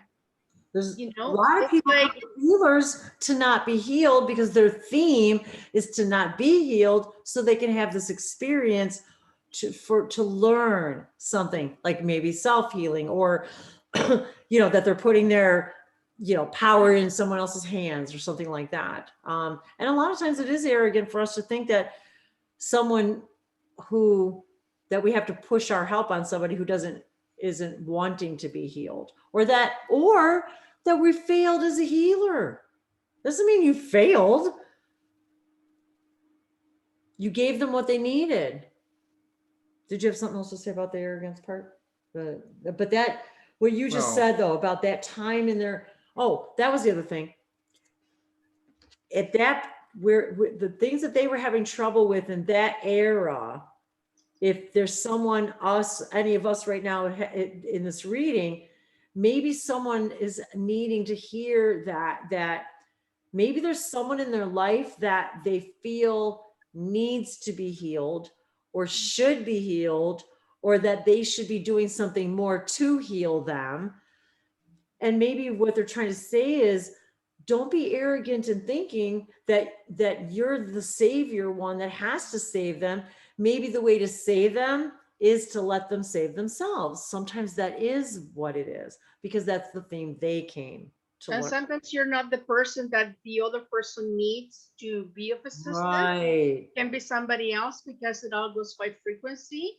So even though you may think, well, or you may be upset if they're not coming to you for advice or for assistance, you have to realize that somebody else will help them. I mean, it's like, it also comes down to trust, doesn't it? It does, Having completely. faith that, you know, the person will be guided through their inner knowing, to the person, to whoever can help them and assist them in their development. I think there's a lot of that going on. I had a drop card while you were talking. Oh, yeah, go ahead. So it's interesting because you mentioned Lyra, and I ended up with two from Vega. Oh, one is I do too. Which one did you pull? No, I ended up with 22 and 26. So this is hers. I picked the wrong one. I just had Vega underneath it. 24. 22. Oh, that's interesting. Yeah, see. So 22 was homesickness from the past, Vega. And then the other one was, so this one, I think the image is reversed. I think you can see it the right way. Yes. I think it ever reversed. So, and then the other one is logic and reason, Vega present. So one is 22, homesickness is past, and logic and reason, Vega is present. So what does the guy that knows how to memorize all the details have to say? The one for the homesickness, wasn't that about feeling wanting to go back to source? I think that was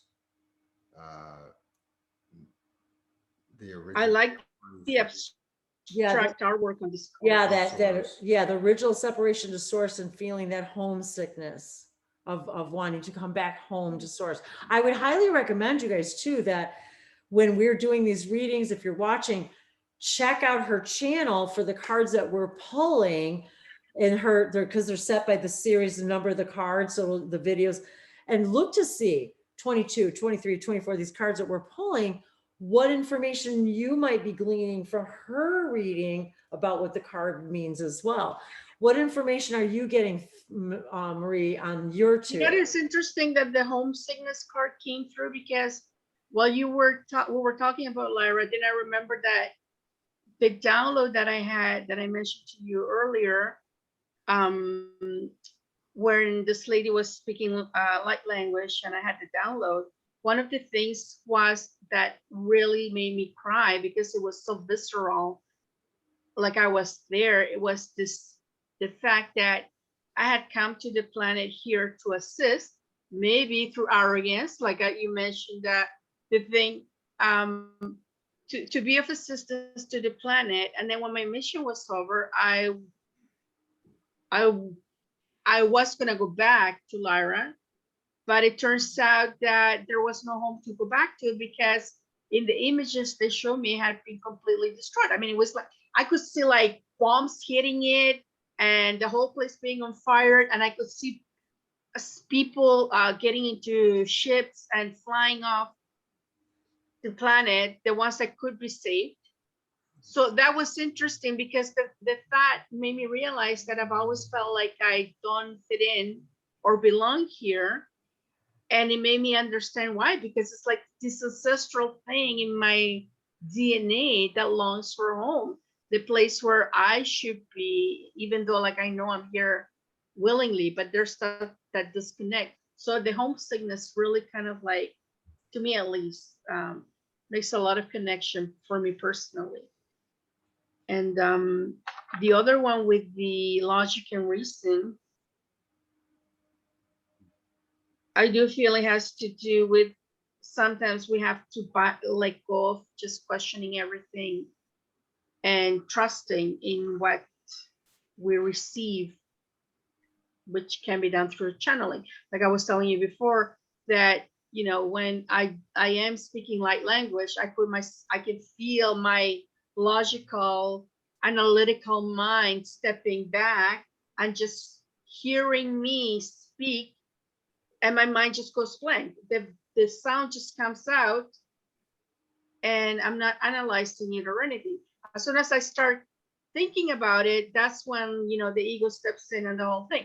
So I think this really kind of like confirms what we were discussing earlier. I really love this deck. I know you do. Because it's so, I think all like the permission slips, right?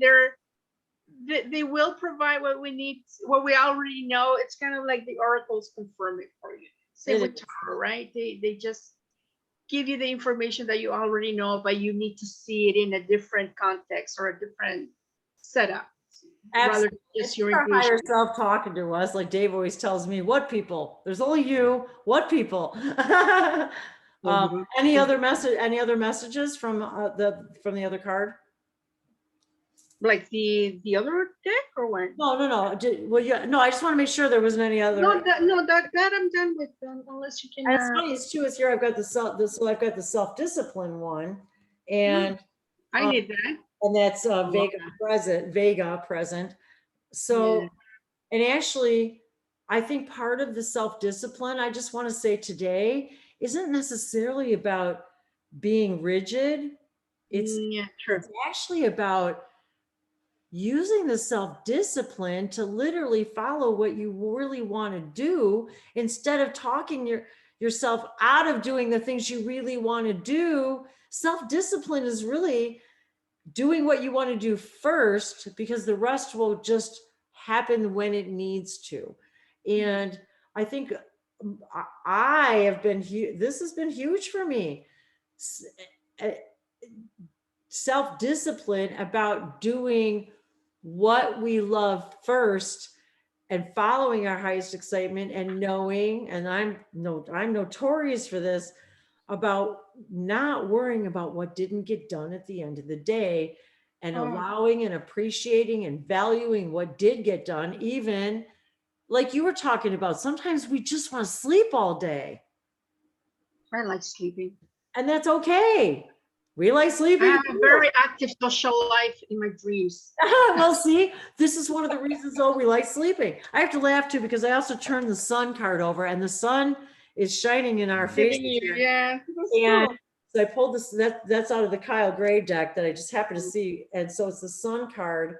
And it's funny because What does now, it say at the bottom? The this says, I'm blinded. I'm literally blinded by the light. Enjoy success and happiness. So that's a good message. by following our highest joy and excitement, we really do, we experience the success we're looking for. And success to everybody's different.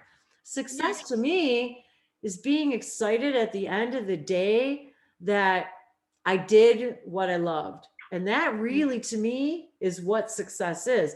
And so sun, it's the time change. So I think about the sun and how now our days are also, you know, we're moving towards spring. Our days are going to start getting shorter again.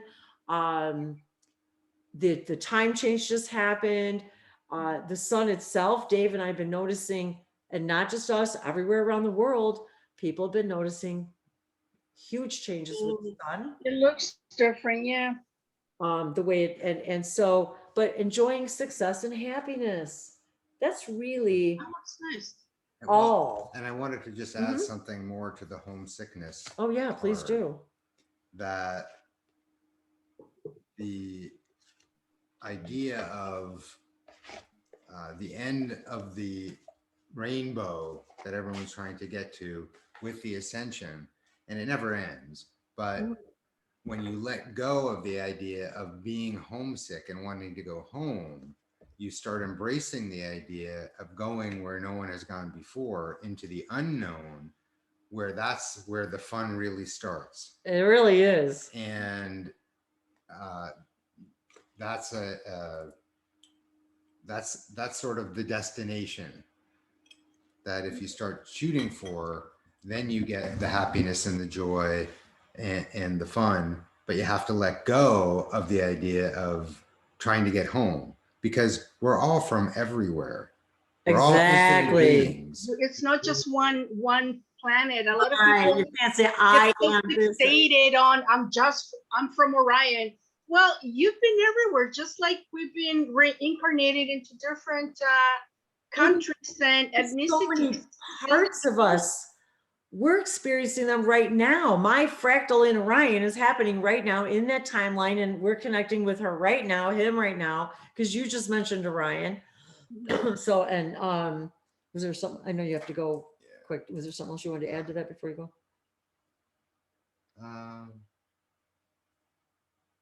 No. I know, I didn't want you to lose your train of thought. I'm sorry. Very excited. Very excited. For all the expansion. Well, thank you for all your wisdom that you have imparted upon us today. Thank you. Yes. For remembering. I told Dave too, I said, I told him, I said, you're probably going to remember the details of these cards more than I did, you know. Well, but I think the fun of the message is the message that you get from looking at the card when you're looking at the card is the message for you. So you might not remember what was in the video talking about the card, because that's not pertinent. You'll always know what you need to know when you need to know it. So when you look at the card and you receive information about the card, that's your message, or that's the message for the people who might be watching the video. Absolutely. So Thank you, Dave. I have a feeling you're not going to be hanging up anytime soon. Well, so we should probably wrap up. Are you sidekick? And I gotta eat dinner, Yes, I and am. she's gotta go to bed. So thank you. Dave's got a couple things to do. No, thank you, David. DJ. You're So, welcome. so yeah, and this is And part. thank you for the co-creation. And thank you for the co-creation. Yes. And this is part of one of the reasons why I want to reiterate to everybody: do it scared. I've done everything scared. I'd started my channel scared. I ended a relationship scared, began a new relationship scared. Every time I turn on the camera, you know, we need to walk out there and put ourselves on center stage and just be the beaming being we came to be. Oh, Earth Magic. So we Okay, also are we going both to have look the at Earth that one? Magic deck. Yes. So, I find this one it's extremely spot on. I love this. I know I've always loved this one. I love the images, and because we're also in the whole animal and spring, and we got the bunny rabbit and all the butterfly and transformation. And I love this deck. And actually, when I looked up yesterday, I was looking up Ostara. Oh, since I'm going to say that, I'm planning to do, you guys, a live hangout with a friend I'm going to be introducing soon, and and we're going to be doing it. I think we're planning on doing it on the 21st, on March 21st, in celebration of Ostara, the spring equinox, and celebrating the goddess Ostara and the story, and light languages, talking about doing oracle readings, doing our shamanic information, shamanic drums.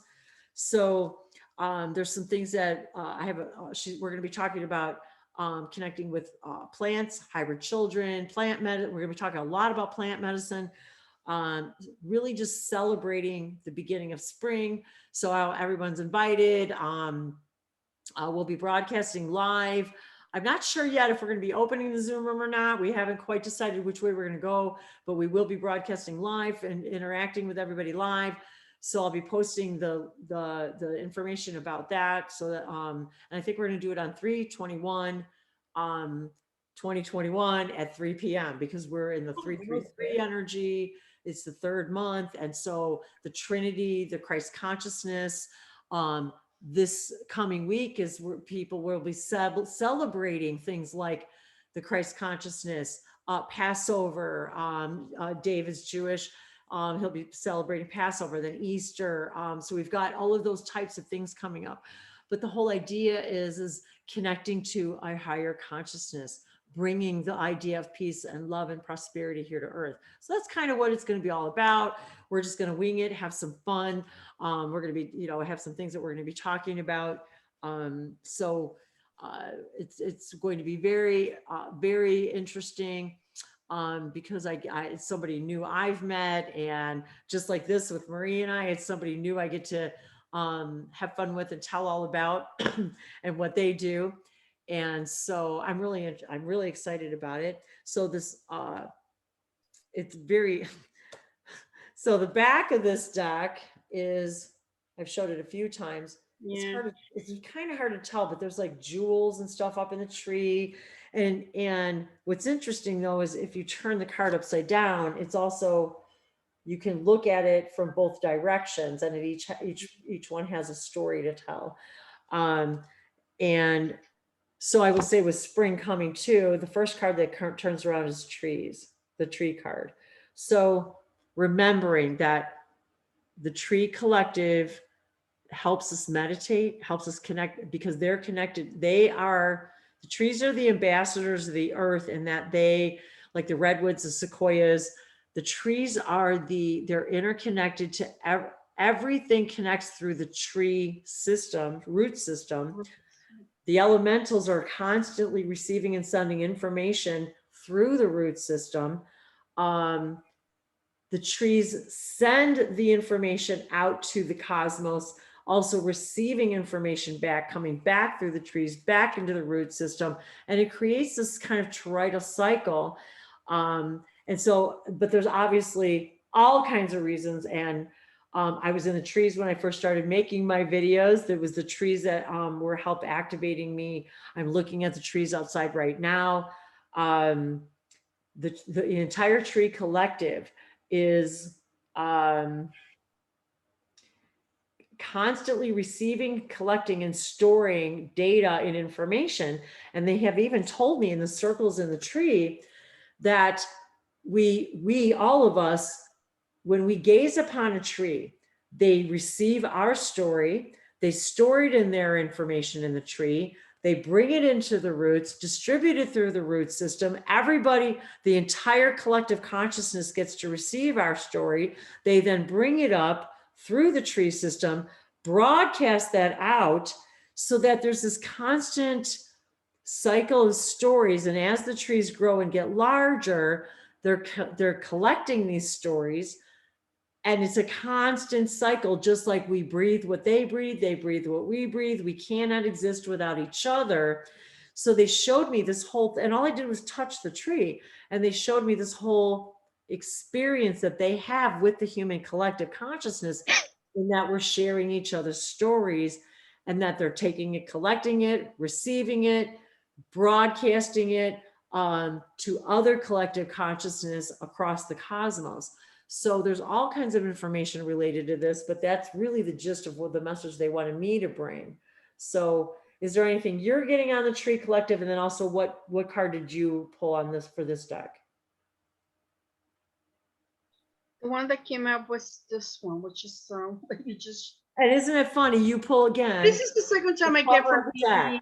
Seriously, yeah. guys. Yeah. Come on. She pulled, we both have pulled now the cover of the deck. So this one is Spring Equinox Rebirth. Okay, wait a second. I just got to talking about the spring equinox, and we're going to be celebrating, and you pulled the spring equinox card? Yeah. Oh, I told you it's accurate. Yeah. I like this one. I love this one. Also has a lot of and the story of Ostara, the spring, is about it's about the bird turning into the rabbit, the hare. Sure. That's nice. And this is by Stephen Farmer. This deck is by Stephen Farmer. The only thing I don't like much about this deck is that it's so glossy that it's kind of like hard to shuffle. I know, that is the one So I'm thing. gonna have to put some bit of cornstarch on it to make it more slippery. And I will say that the eagle has been very much in our awareness around here too. Here where I live, in this, we have an eagle's nest camera, which I've shared with you guys on my videos. There's an eagle's nest camera, so we get to watch, and that the camera is about a block away from here, and we got to see the eaglets being born and hatch, and so you could watch I think it's, I don't know if it's called Southwest Eagle Cam, but anyway, Southeast maybe, anyway. And I can share that again with you guys. But the whole idea of the eagle, the top of the chain, seeing from a higher perspective, the eagle spirit guides, the tree, they sit in the tree. The eagle sits in the tree looking, and so we're being asked to see things from the higher perspective. Yeah. Once again, looking to see if there's any, communion. So it's communion. We're communing with our higher selves, our fractals, our parallel selves.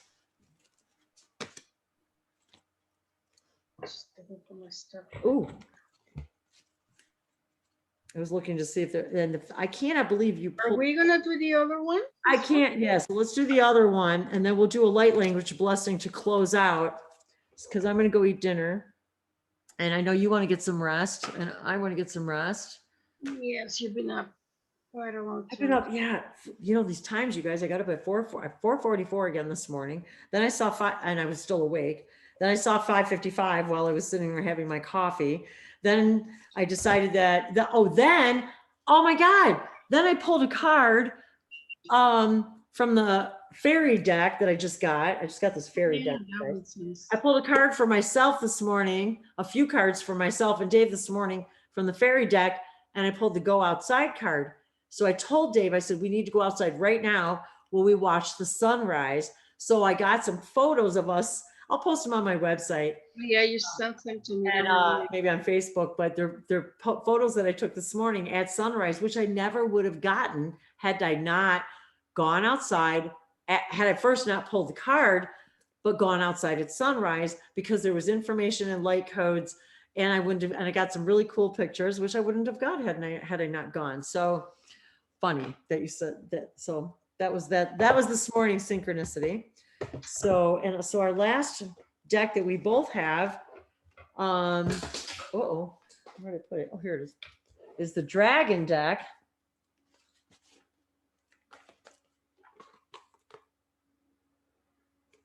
So this is the Dragon Oracle by Diana Cooper.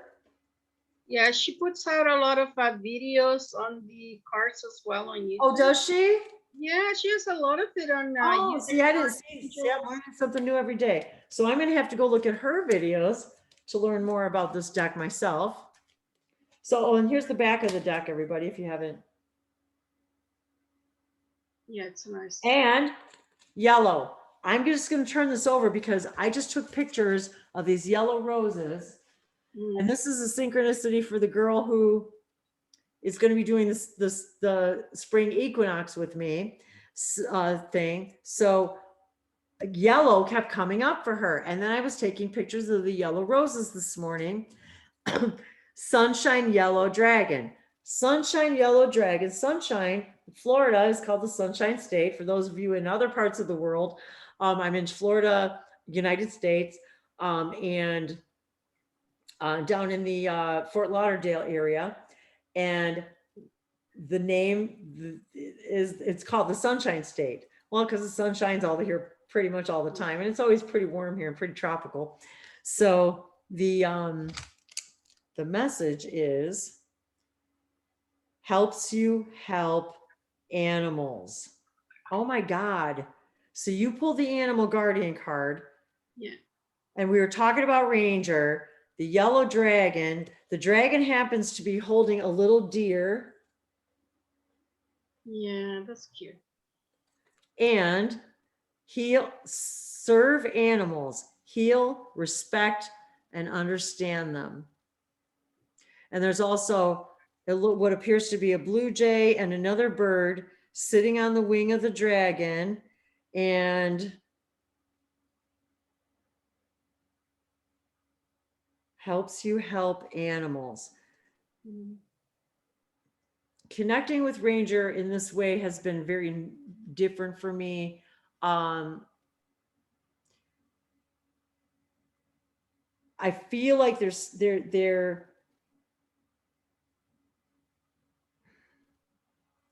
one of the things that we have the capability of doing is connecting with animals and when we help animals, we're moving to a new version of Earth in which we are all sentient being, where we're all, there is no prey, there are no predators. And so when we're this is a symbol of that new Earth, of creating that where we're all sentient beings serving each other, but connecting with them in ways that we haven't before, and connecting with our animals that are alive and have transitioned helps. And by serving animals, it helps. We understand how to heal, respect, and understand ourselves more deeply. Yeah. And Can I add a comment in regards to that? Yes, please do. Yeah, please do. That it mentions the animals, and earlier today I was thinking about what I could add to the website I'm working on, like what kind of what other service I could offer.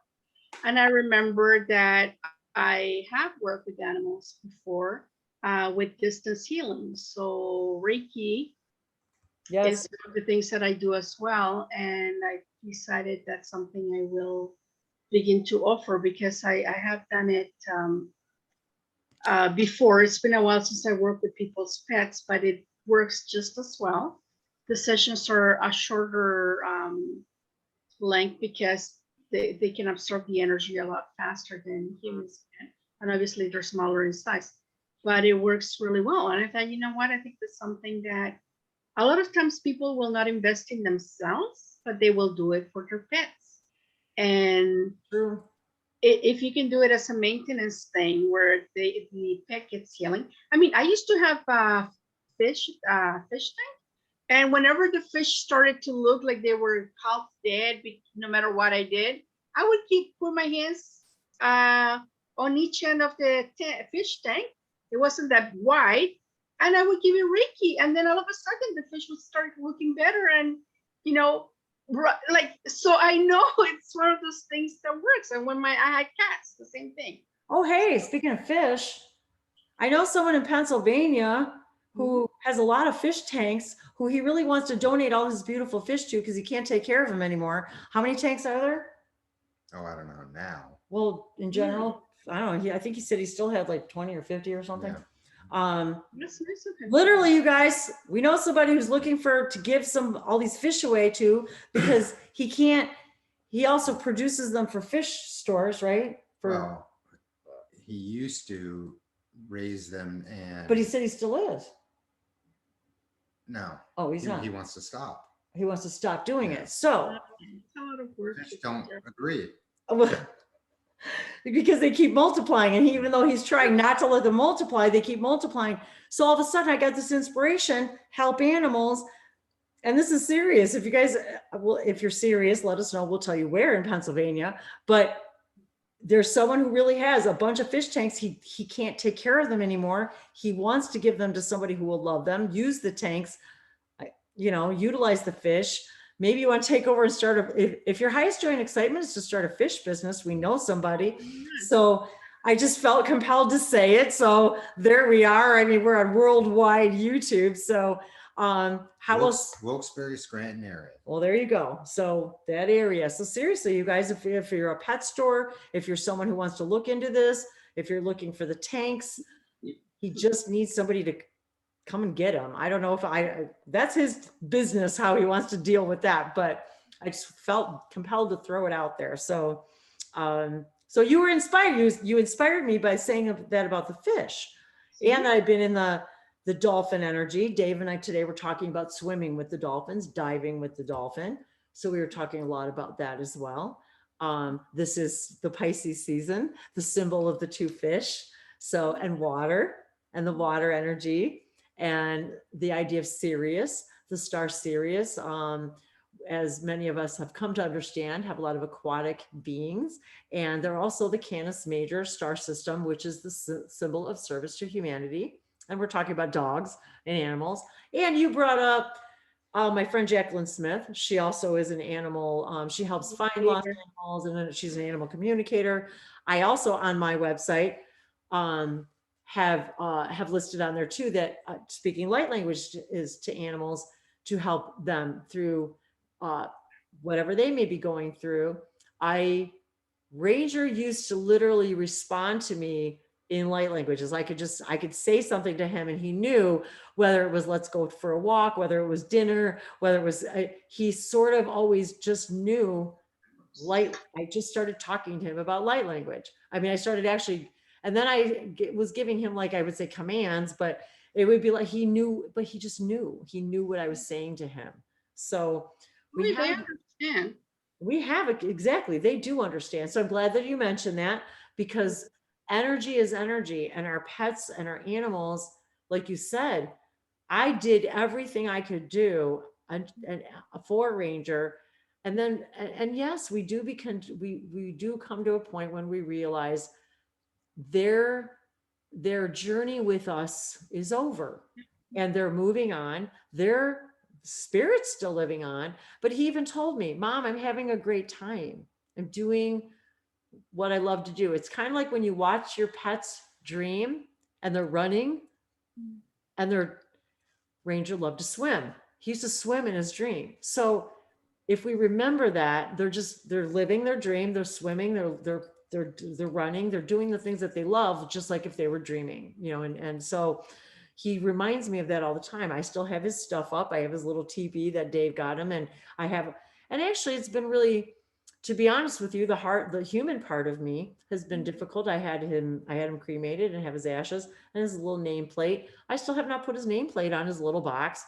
I just can't seem to bring myself to do it yet, but I have his things and his toys, and I still have everything out. And I put my angel wings on his little teepee and his leash, and I say good morning and good night, and I talk to him all the time because I know he's still here when he wants to be. But he's everywhere all the time, and he reminds me of that too. And it's kind of funny because I'll listen to a bird and he'll say, Mom,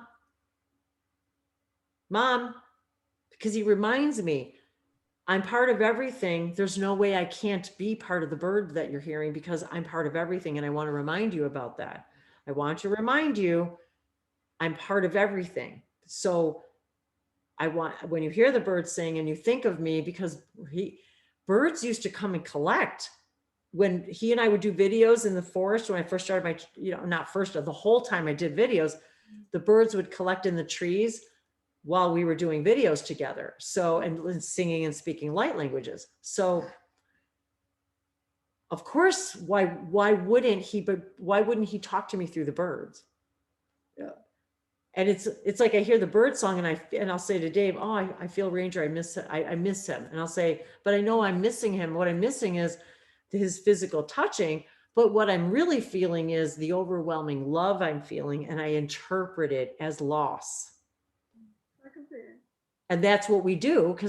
But once we start to learn that his spirit is alive, our spirit's always alive. We never die. We always will exist forever and ever, no matter what. And that we literally do.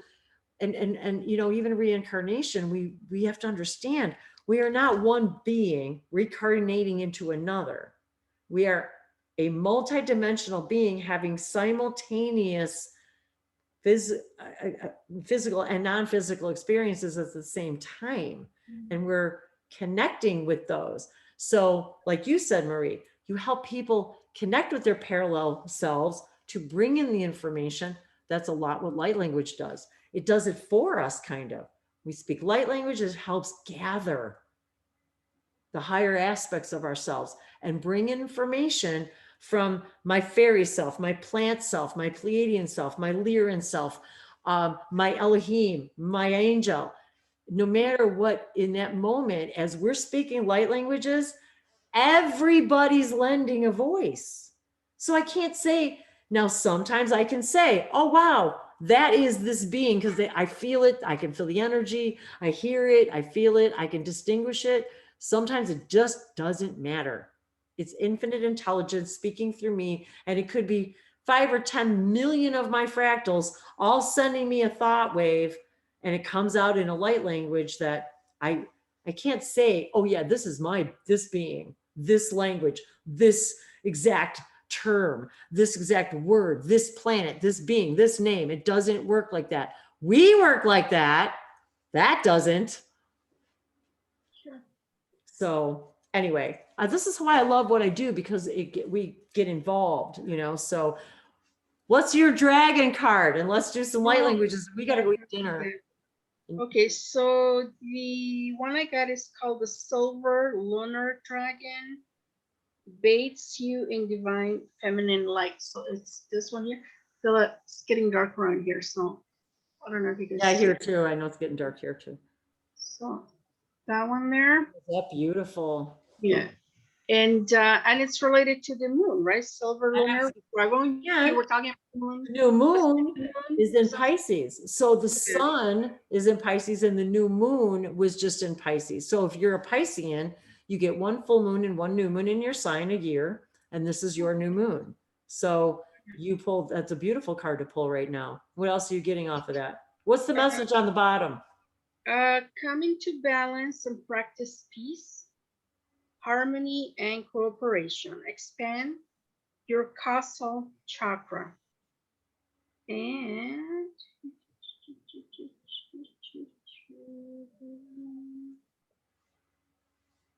oh, the moon has always been connected with the feminine, right? So yes, which you brought up the sun, which is that's right, the sun and the moon. Yeah, in the other one.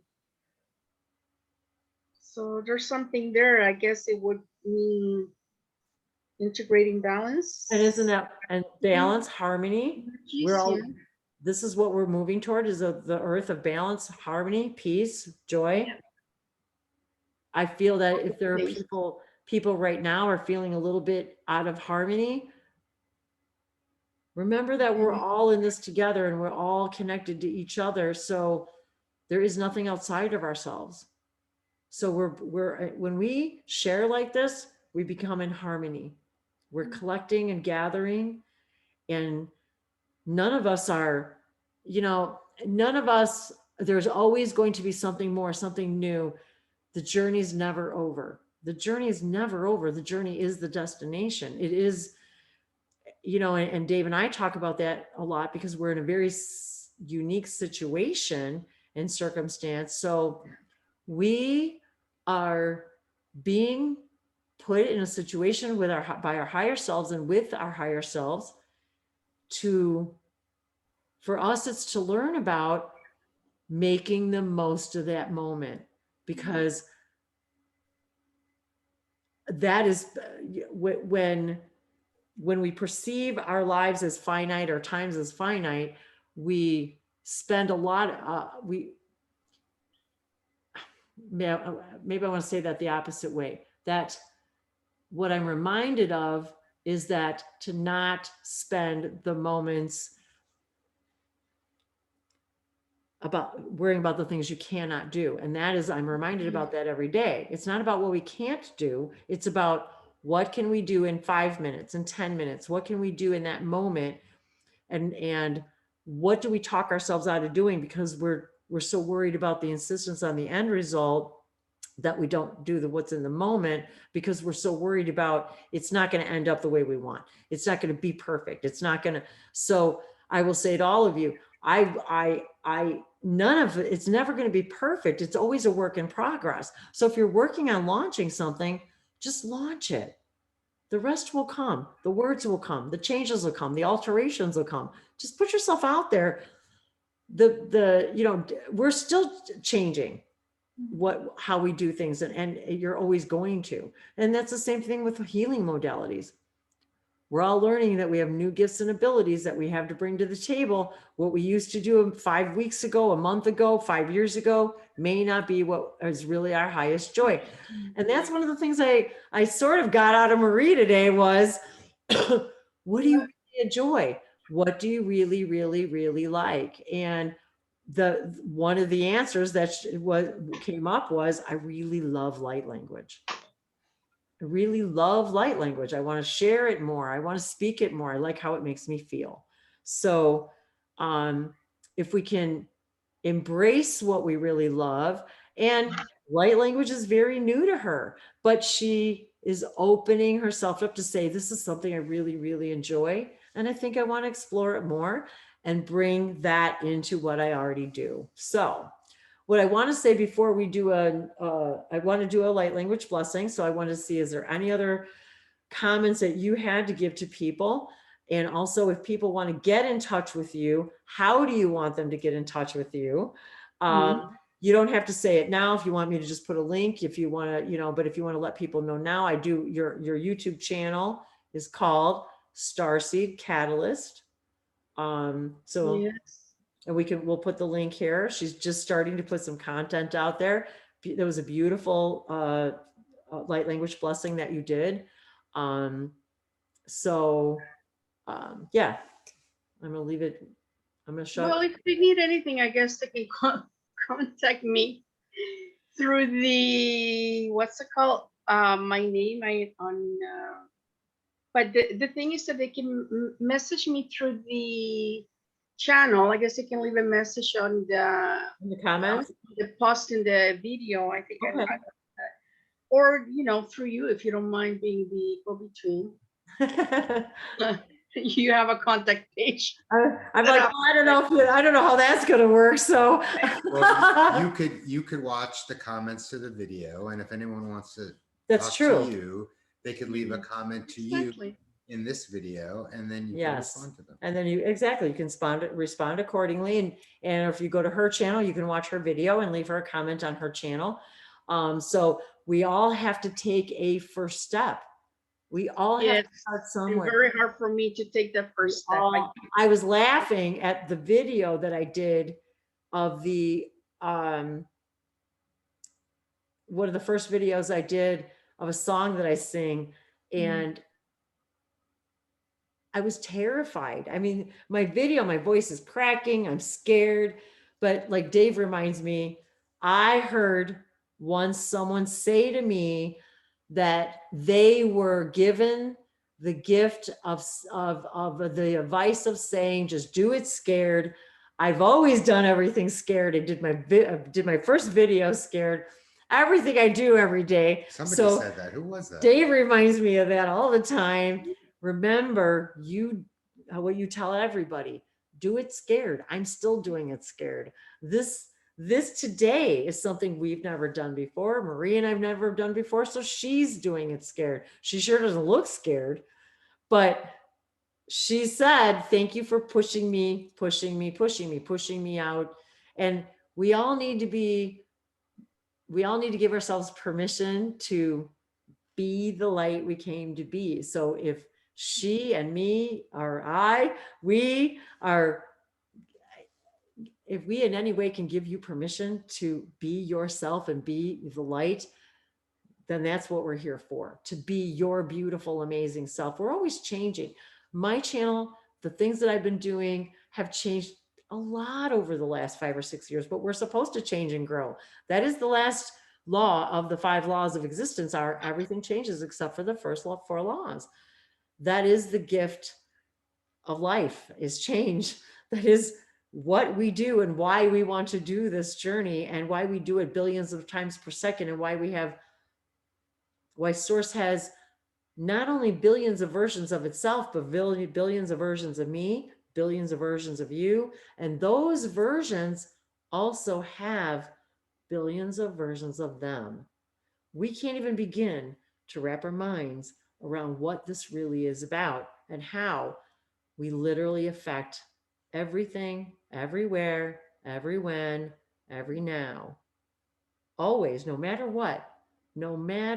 what. So I'm one of the first people to go into victim mode and say what I say and feel and think doesn't matter. But yes, it does.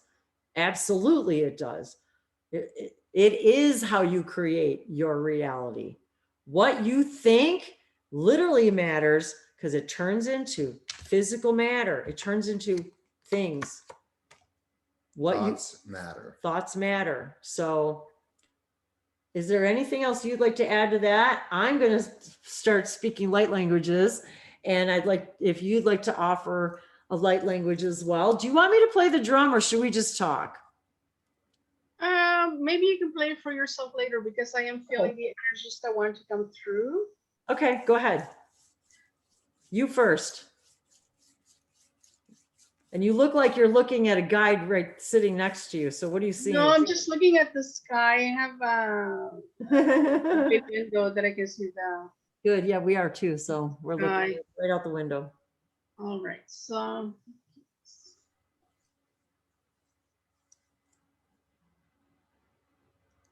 Para kini asheki niki arakone. Oh, so kushuniki ne. Sara. Oh. Niki anisheki. Aneki ne nishi. It's the flow. Allow the flow. Okuno usheki yareki. Ane sheke oriki ne. Ukusi sheke ne reki ne reishi. Osorokune yeshe nareki ne neki ne ane. O soroshene kinere ne. Oshi.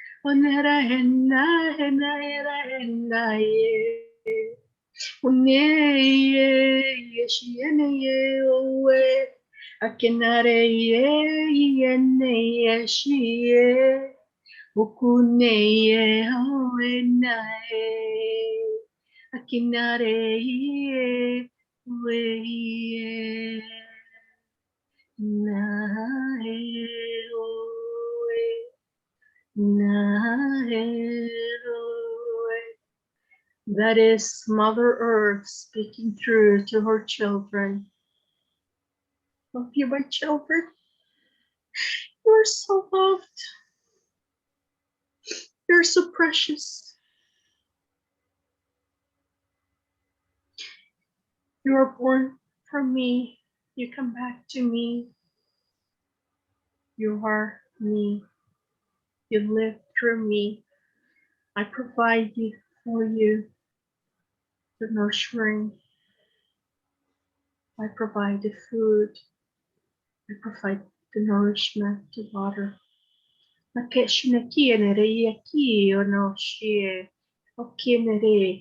are safe. Believe that you are safe. Trust, connect with me.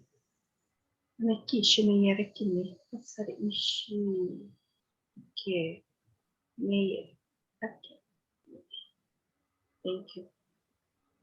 Wow. Thank you. Niyavasa namahate esha. Mi ama kate eso. Mi ahana. Mi shehi iana ko atoa a liina a o untoko. Mi seva sono seva shonotu. Mi shira sotobe ila kisa. Mi teva soma alaka. Le quiero torave shanate la kotorava koma. Tavisete timaseno. Mi tiravo shono so kuatu. Mi keshese. Mi timaseda. Matoa. Ma iva koro. Ma shatase. Mi te tiro kore andaraka. Mi tese. Mi savalose. Mi te gole ambakotoro kuku. Pi shene sivilianta kilaso. Pi asana selu kopaleandara. Ki posuli noa. Mi te supa. Mi subeshese. Pi ke la nona. Patolo ko se veshina sobalianda ki la cosete. Ti fase. Simo supa. Mi idea. Diversono sovere con la copa. Pi hisha. Pi indubara cosa vaneseto li aturuko. Pi zuma. Shase. Salikete. Mi anite. Ti va sopa. Ila hiva shono soko. Pi shese. Sinate. Kalatima. Mi ite sanasa. Samahana. Mahalakete. Nahatu. Ma'ana. Amahaanata. Anina takakitu, aninana, anina, aninana ka atova, soposho, misevasete, hiblate, hiblago, misevesenoso, misevasonete kiki, sevashana, mihalikite. It is a great honor and blessing to gather with all of you today. In this now, for all now, is always now. Ni avakote veshene seve seto. Mi boha, ni vesose, seva shonete. And in this very moment, you may feel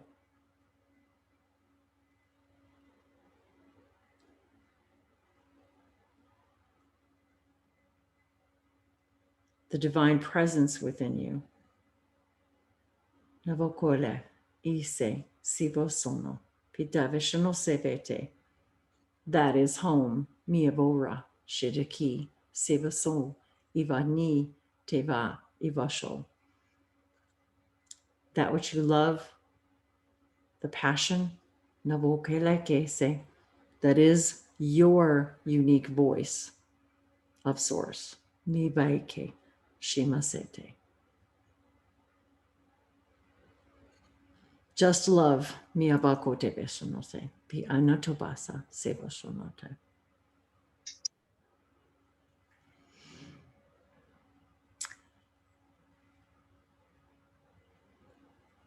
I'd like to remind everybody that Maria's done one video with light languages, and we've only spoken light languages, together now, twice, maybe 3 times?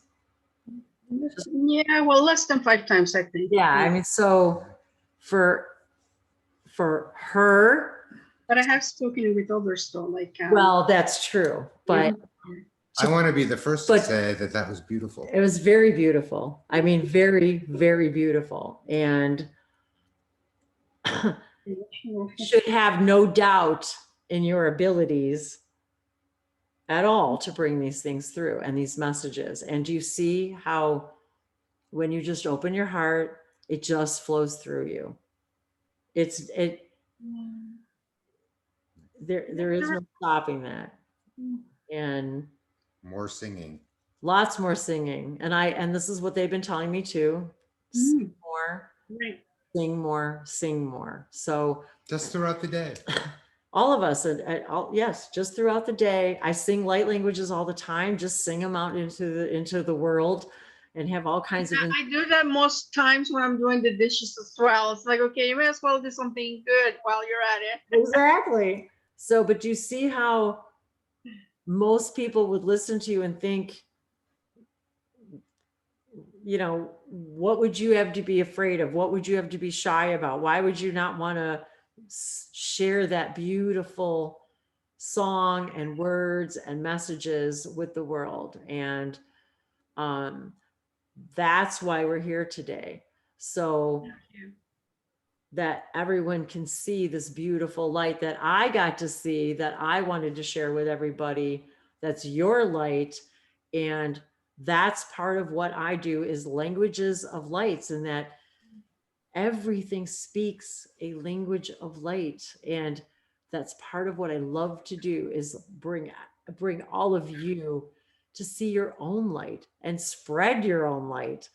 That is my highest joy. So is there anything that you wanted to add, or any? Or does he have any he speaks light languages, US? Usually only to me, but I can, and people have said they love to hear Dave speak light language, but he talks really quiet. So we're going to put him really close to the mic this time. Are we putting you on the spot, Dave? No. No, he likes it. That's good. Ta ia ka a nu tu a ni a ta ia ka na tu a ia ta ia na ta te e ka a ne o te I na tu a ia na te e ku a na ta ta ne ia ta u a na a he a na tu a ia na ta e a ka na. Niato veshinati ilaka sano sopale iteva sano sote ilasa sato usho kaliata. Thank you. This is a very unique situation, you guys, that there's not a lot of people on the planet that get to experience what we get to experience. And it was my dream that one day I would be with someone that would do this with me and be passionate with me and push me to grow, push me to expand, push me to be my best self, push me out of my comfort zone. He pushes me out of my comfort zone like every day, all the time. I'm just as human as everybody else, and I'm just as scared to do things. And I'm just as, I have a lot of my own self-doubt. I have my own limiting belief systems I'm working through. A lot of, like you guys, this whole last year, that's what I've been doing. That is what I've been doing, along with forming new relationships. I had, this whole new relationship. With new, a whole new lifestyle, a whole new place to live. But all of us have been, that's what we've been doing. We've been looking inside of ourselves, and now it's time to come outside of ourselves and literally ask ourselves, what do you really, really want to be doing every day?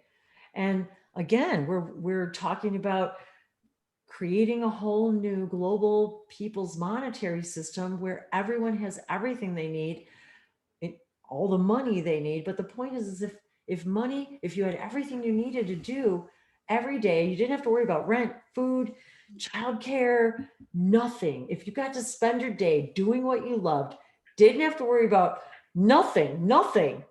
What would you do all day? What would you want to do every day? What excites you the most? Because that's what you need to be doing The abundance comes, the rest comes. That's the message here. Do what you love, the rest just comes. And it's okay to accept money for what we do. Money is a valid form of exchange today until it's not. So it's okay to like it. It's okay to accept it. It's okay to want it. It's okay to need it today until we don't. But wouldn't it be nice if everybody had enough to do what they wanted to do every day, and you never had to worry at all about food or shelter or any of your needs at all? What would you do every day? What would excite you? What would you be wanting to put your feet on the ground to do every day? That's what this is about. If money were not an issue and not an object, what would you want to do? How would you want to spend your love? How would you want to spend your life?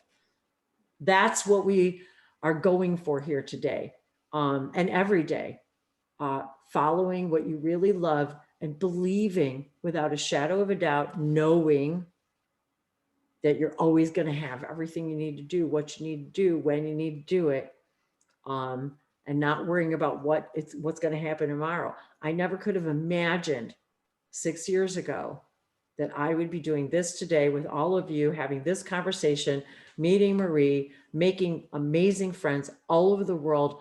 I have a whole, and this isn't even a fraction of the things that I have received from all of you, gifts, love, comments, your presence. That is the best gift for me, is connecting with everybody all over the world and reminding them they are just as brilliant as everybody else. You are just, and you matter just as much as everything and everyone else. And your gift is what you came to do and share. Be passionate about what you love to do. And even if you're not sure what that is, just play, try something. If you don't like it, don't do it again. Don't keep doing it. But don't have any insistence that that's going to be the end all be all. That doesn't mean what you're doing today is what you're going to be doing tomorrow. Don't have that insistence. Plan on changing your plan. If you always plan that everything's temporary, like Dave and I, we love using crayons, a metaphor. The furniture is moving every day. What if you woke up every day and your furniture was in a different place? What would you do? How expanding, how much fun would that be? People would say, well, I don't want that. Well, your furniture is moving every day. So what if you woke up every day and your furniture was different every day? You know, that's the whole point of it, is expect the unexpected, because today, and I literally like moving furniture around. So, you know, Every day is something new. every day he's like, something's in a different place. And it's Where's just the desk? Where's the so they all have minds of their own. So You go sit and there's no chair, huh? and actually this is the first, I think this is the first video we've done. It is. This is the first video we've done in our new little Oh, your setup, our yeah. sacred space here. So we've been, you know, moving things and moving furniture and create. And so we've been making a new space to kind of sit and where we have an office, a place to do work together, a place where we can sit and do videos together, where I've got my cards, all my stuff, my crystals, all my gifts from everybody. So, and a quiet space where I can close the door. And Dave even bought, I should show everybody, but he bought those little things that hang on the door, like at the hotel, and it says Okay. on air, recording in progress, because when I'm in here doing this, that way he knows he can come in and join me for a video or know it's a private session. So it's just a fun way to communicate with each other that, yes, I'm in here working, and yes, you can come in, or no, it's a private, it's not the time right now. So it's just something fun that he did for me because it's fun. So, but it's also useful for both of us. And he has to take care of AJ. And so he's kind of in and out, as you guys may have seen, he has to tend to AJ. And so, this allows us to communicate that way. And then it allows us to have a space of our own, and together. But we have the whole house, but this way we also have a place where if I need to close the door and be alone, or if he does too. And so this is the first time I think I've actually done like this kind of a hangout, or I mean, video in our new space. So I'm really excited about that. So new beginnings for all of us. It's a new moon. What do you want to start new? How have we been an inspiration to you today? Because that is what we do. We inspire, we raise each other's vibration. And that is our gift to each other. So if there's anything that Marie and I can do for all of you to help you raise your vibration and maybe whittle away at some of those negative beliefs or limiting beliefs, or maybe you just need to remember all that you are. Maybe you want a light language activation. Maybe you just want to learn how to open your voice. Maybe you want to talk to Marie about her story and her journey, or congratulate her about her first video. So we love to hear from you guys. I love all your comments. Dave and I love reading your comments. We love doing these videos. And I want to do more and more of these where we're answering your comments. I haven't forgotten about you guys that we're going to be doing a shamanic, the white buffalo lady woman, the white buffalo woman video.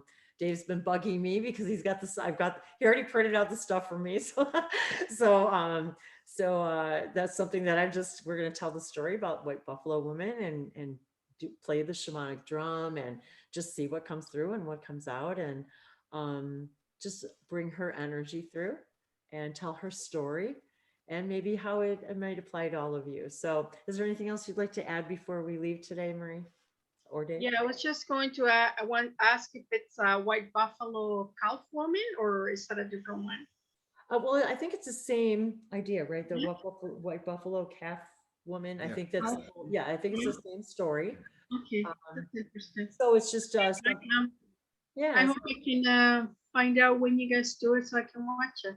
Oh, of course, absolutely. And we may just do a video, maybe we'll do it. I never know what we're going to do and how we're going to do it. And it's funny because I was going to go live today, and it was weird because the YouTube stuff for going live wasn't working for me today. So so I just realized, well, I guess we're just supposed to make this video together and post it and go from there without any insistence. So thank you so much for this day.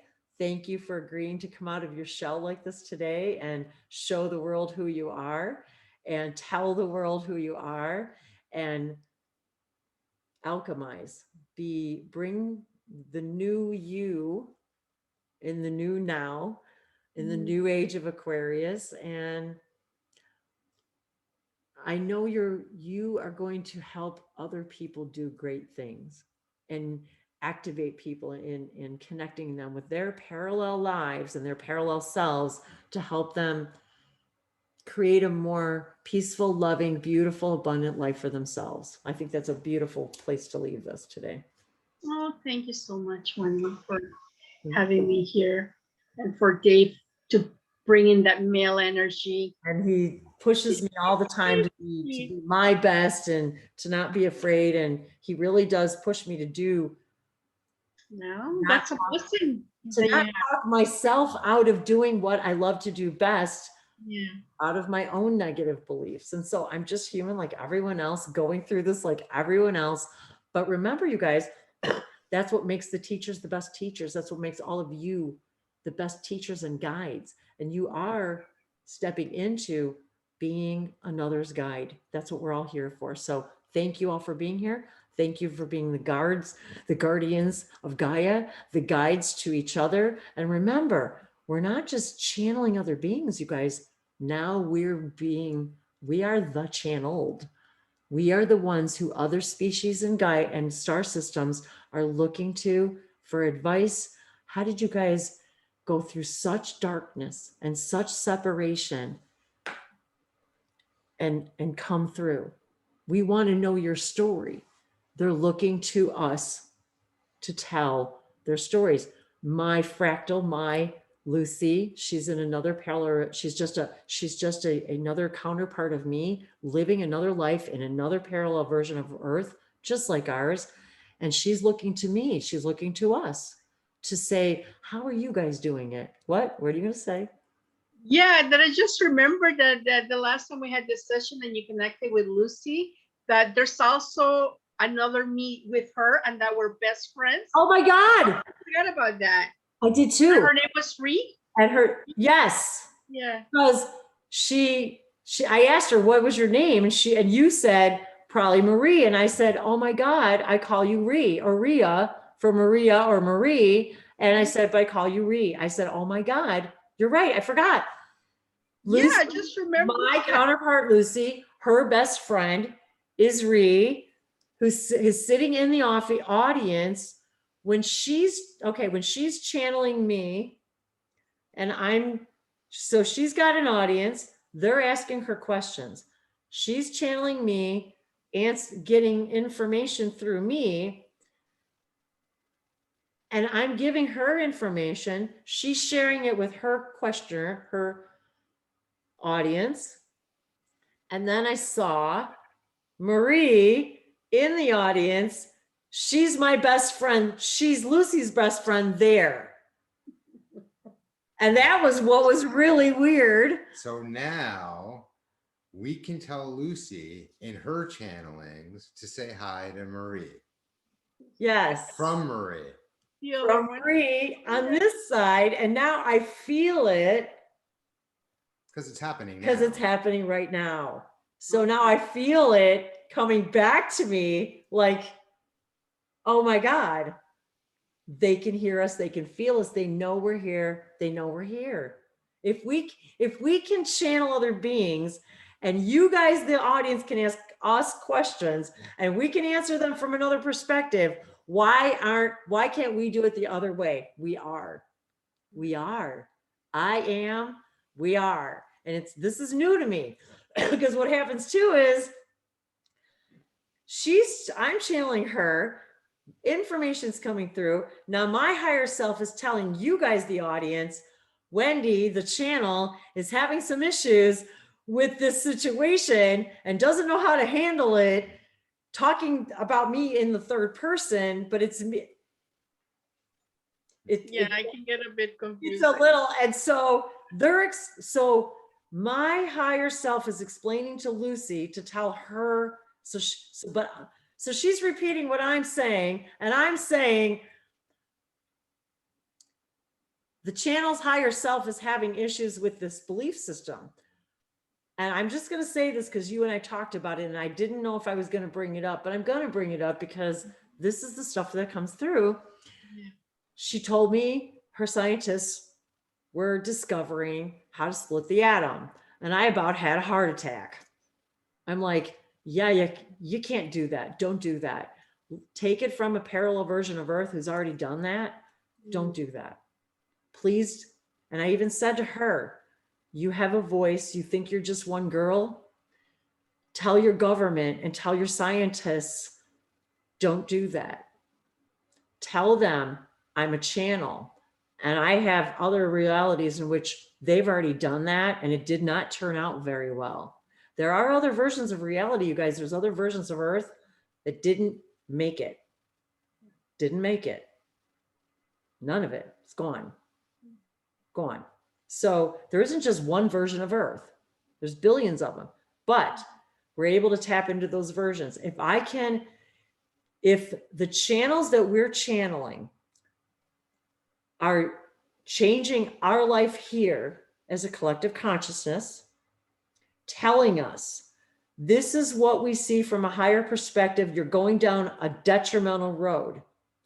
We recognize this and are here to help you. We can't change anything you do. You have free will. All we can do is offer you guidance to say, we have another way to look at things to allow you to maybe experience your world in a different way. And we would suggest that you might not want to do that because it might result in a situation that maybe you're going to not want to experience. We, as channelers, have received information about our Earth here, about those very things, haven't we? And so we, as channeled, have also the other directional responsibility to provide information that may help another world through their own ascension process, just like all these galactic cards. There are, as Marie said, versions that didn't make it. Versions of Lyra that didn't make it. So that's what this is all about, is they all exist. We can learn from each other's experiences. So this is kind of the first time I've touched on this, and this is one of the things Marie and I have been talking about for weeks, if not months, about talking about this exact subject. About Lucy, about channeling both directions, about asking questions. And to be honest with you, Marie, I'm not even sure if, okay, so the idea is for all of you guys, the audience, to ask her questions through me about her reality, while she's asking us questions for you guys to answer about her reality. So it's kind of a cross-channeling kind of a situation. We talked about a little bit about this with our friend Ivan in some previous videos that we've done. So this is kind of the idea. And so I guess I'm being guided right now to take this up a notch for all of you, because now you all are going to be experiencing being the channeled. And so, because as we raise our vibration, we receive higher information. Now we can express that information to other beings in other worlds now that we're being channeled, because we're accepting the idea that we're telepathic beings. So this went way longer than I expected, way more content and information that I expected to share today. But this is why I had this feeling like we needed to do this today. And I even asked Maria, are you sure you want to do it? She's tired. I haven't had a lot of sleep. Sorry, my throat's been really scratchy the last few days. But this is my throat chakra. I'm opening up myself in ways I've never opened up before. So now I'm getting getting rid of my own belief systems. So remember that. We're all in this together. None of us have it figured out. I don't have it figured out. I'm no better than anybody else. I'm just a person going through my own journey, and I'm just as confused about it. Don't know what to do with this information half the time. Don't know if I should or shouldn't share it. What is because, my responsibility, all it is go with your heart, say what's on your heart. If you're guided to say it, someone needs to hear it. Just know that. Because I could go on and on, because this is my passion. I could do this all day, every day. I could do weekend retreats and events and speaking engagements, and because this is what I love to do the most. So, and I know you guys have said so, because you see the enthusiasm, the passion. It's real. I love it. I love doing what I do. I love interacting with you guys and pushing you all out onto the stage to go do what you're supposed to do. That's what part of my highest excitement is, to show people this is your light. You got to go do this now. So I could go on and on. I love you guys. I'm going to go. I'm starving. I haven't eaten all day because some days I get so passionate about what I'm doing. I'm breathing energy, eating energy, drinking energy. But now my physical body, I think, needs some sun. Well, the sun's gone, so let's call it starlight and moonlight and food, and I need some some grounding and hugging. And so thank you, Marie. Big hugs. I love you. I'm looking forward to seeing more videos from you, and thank you for the opportunity and privilege to allow me to be your guide as you have been mine. It has been a pleasure and an honor to sit by and hang out with you guys and be part of this. Thank you. Thank you. I love you. I love you. I love you. Bye, everybody. Sorry it's so long. I hope you watch it all. It's really worth every minute. So much love, and I'm going to stop the recording now. Namaste. Mahala.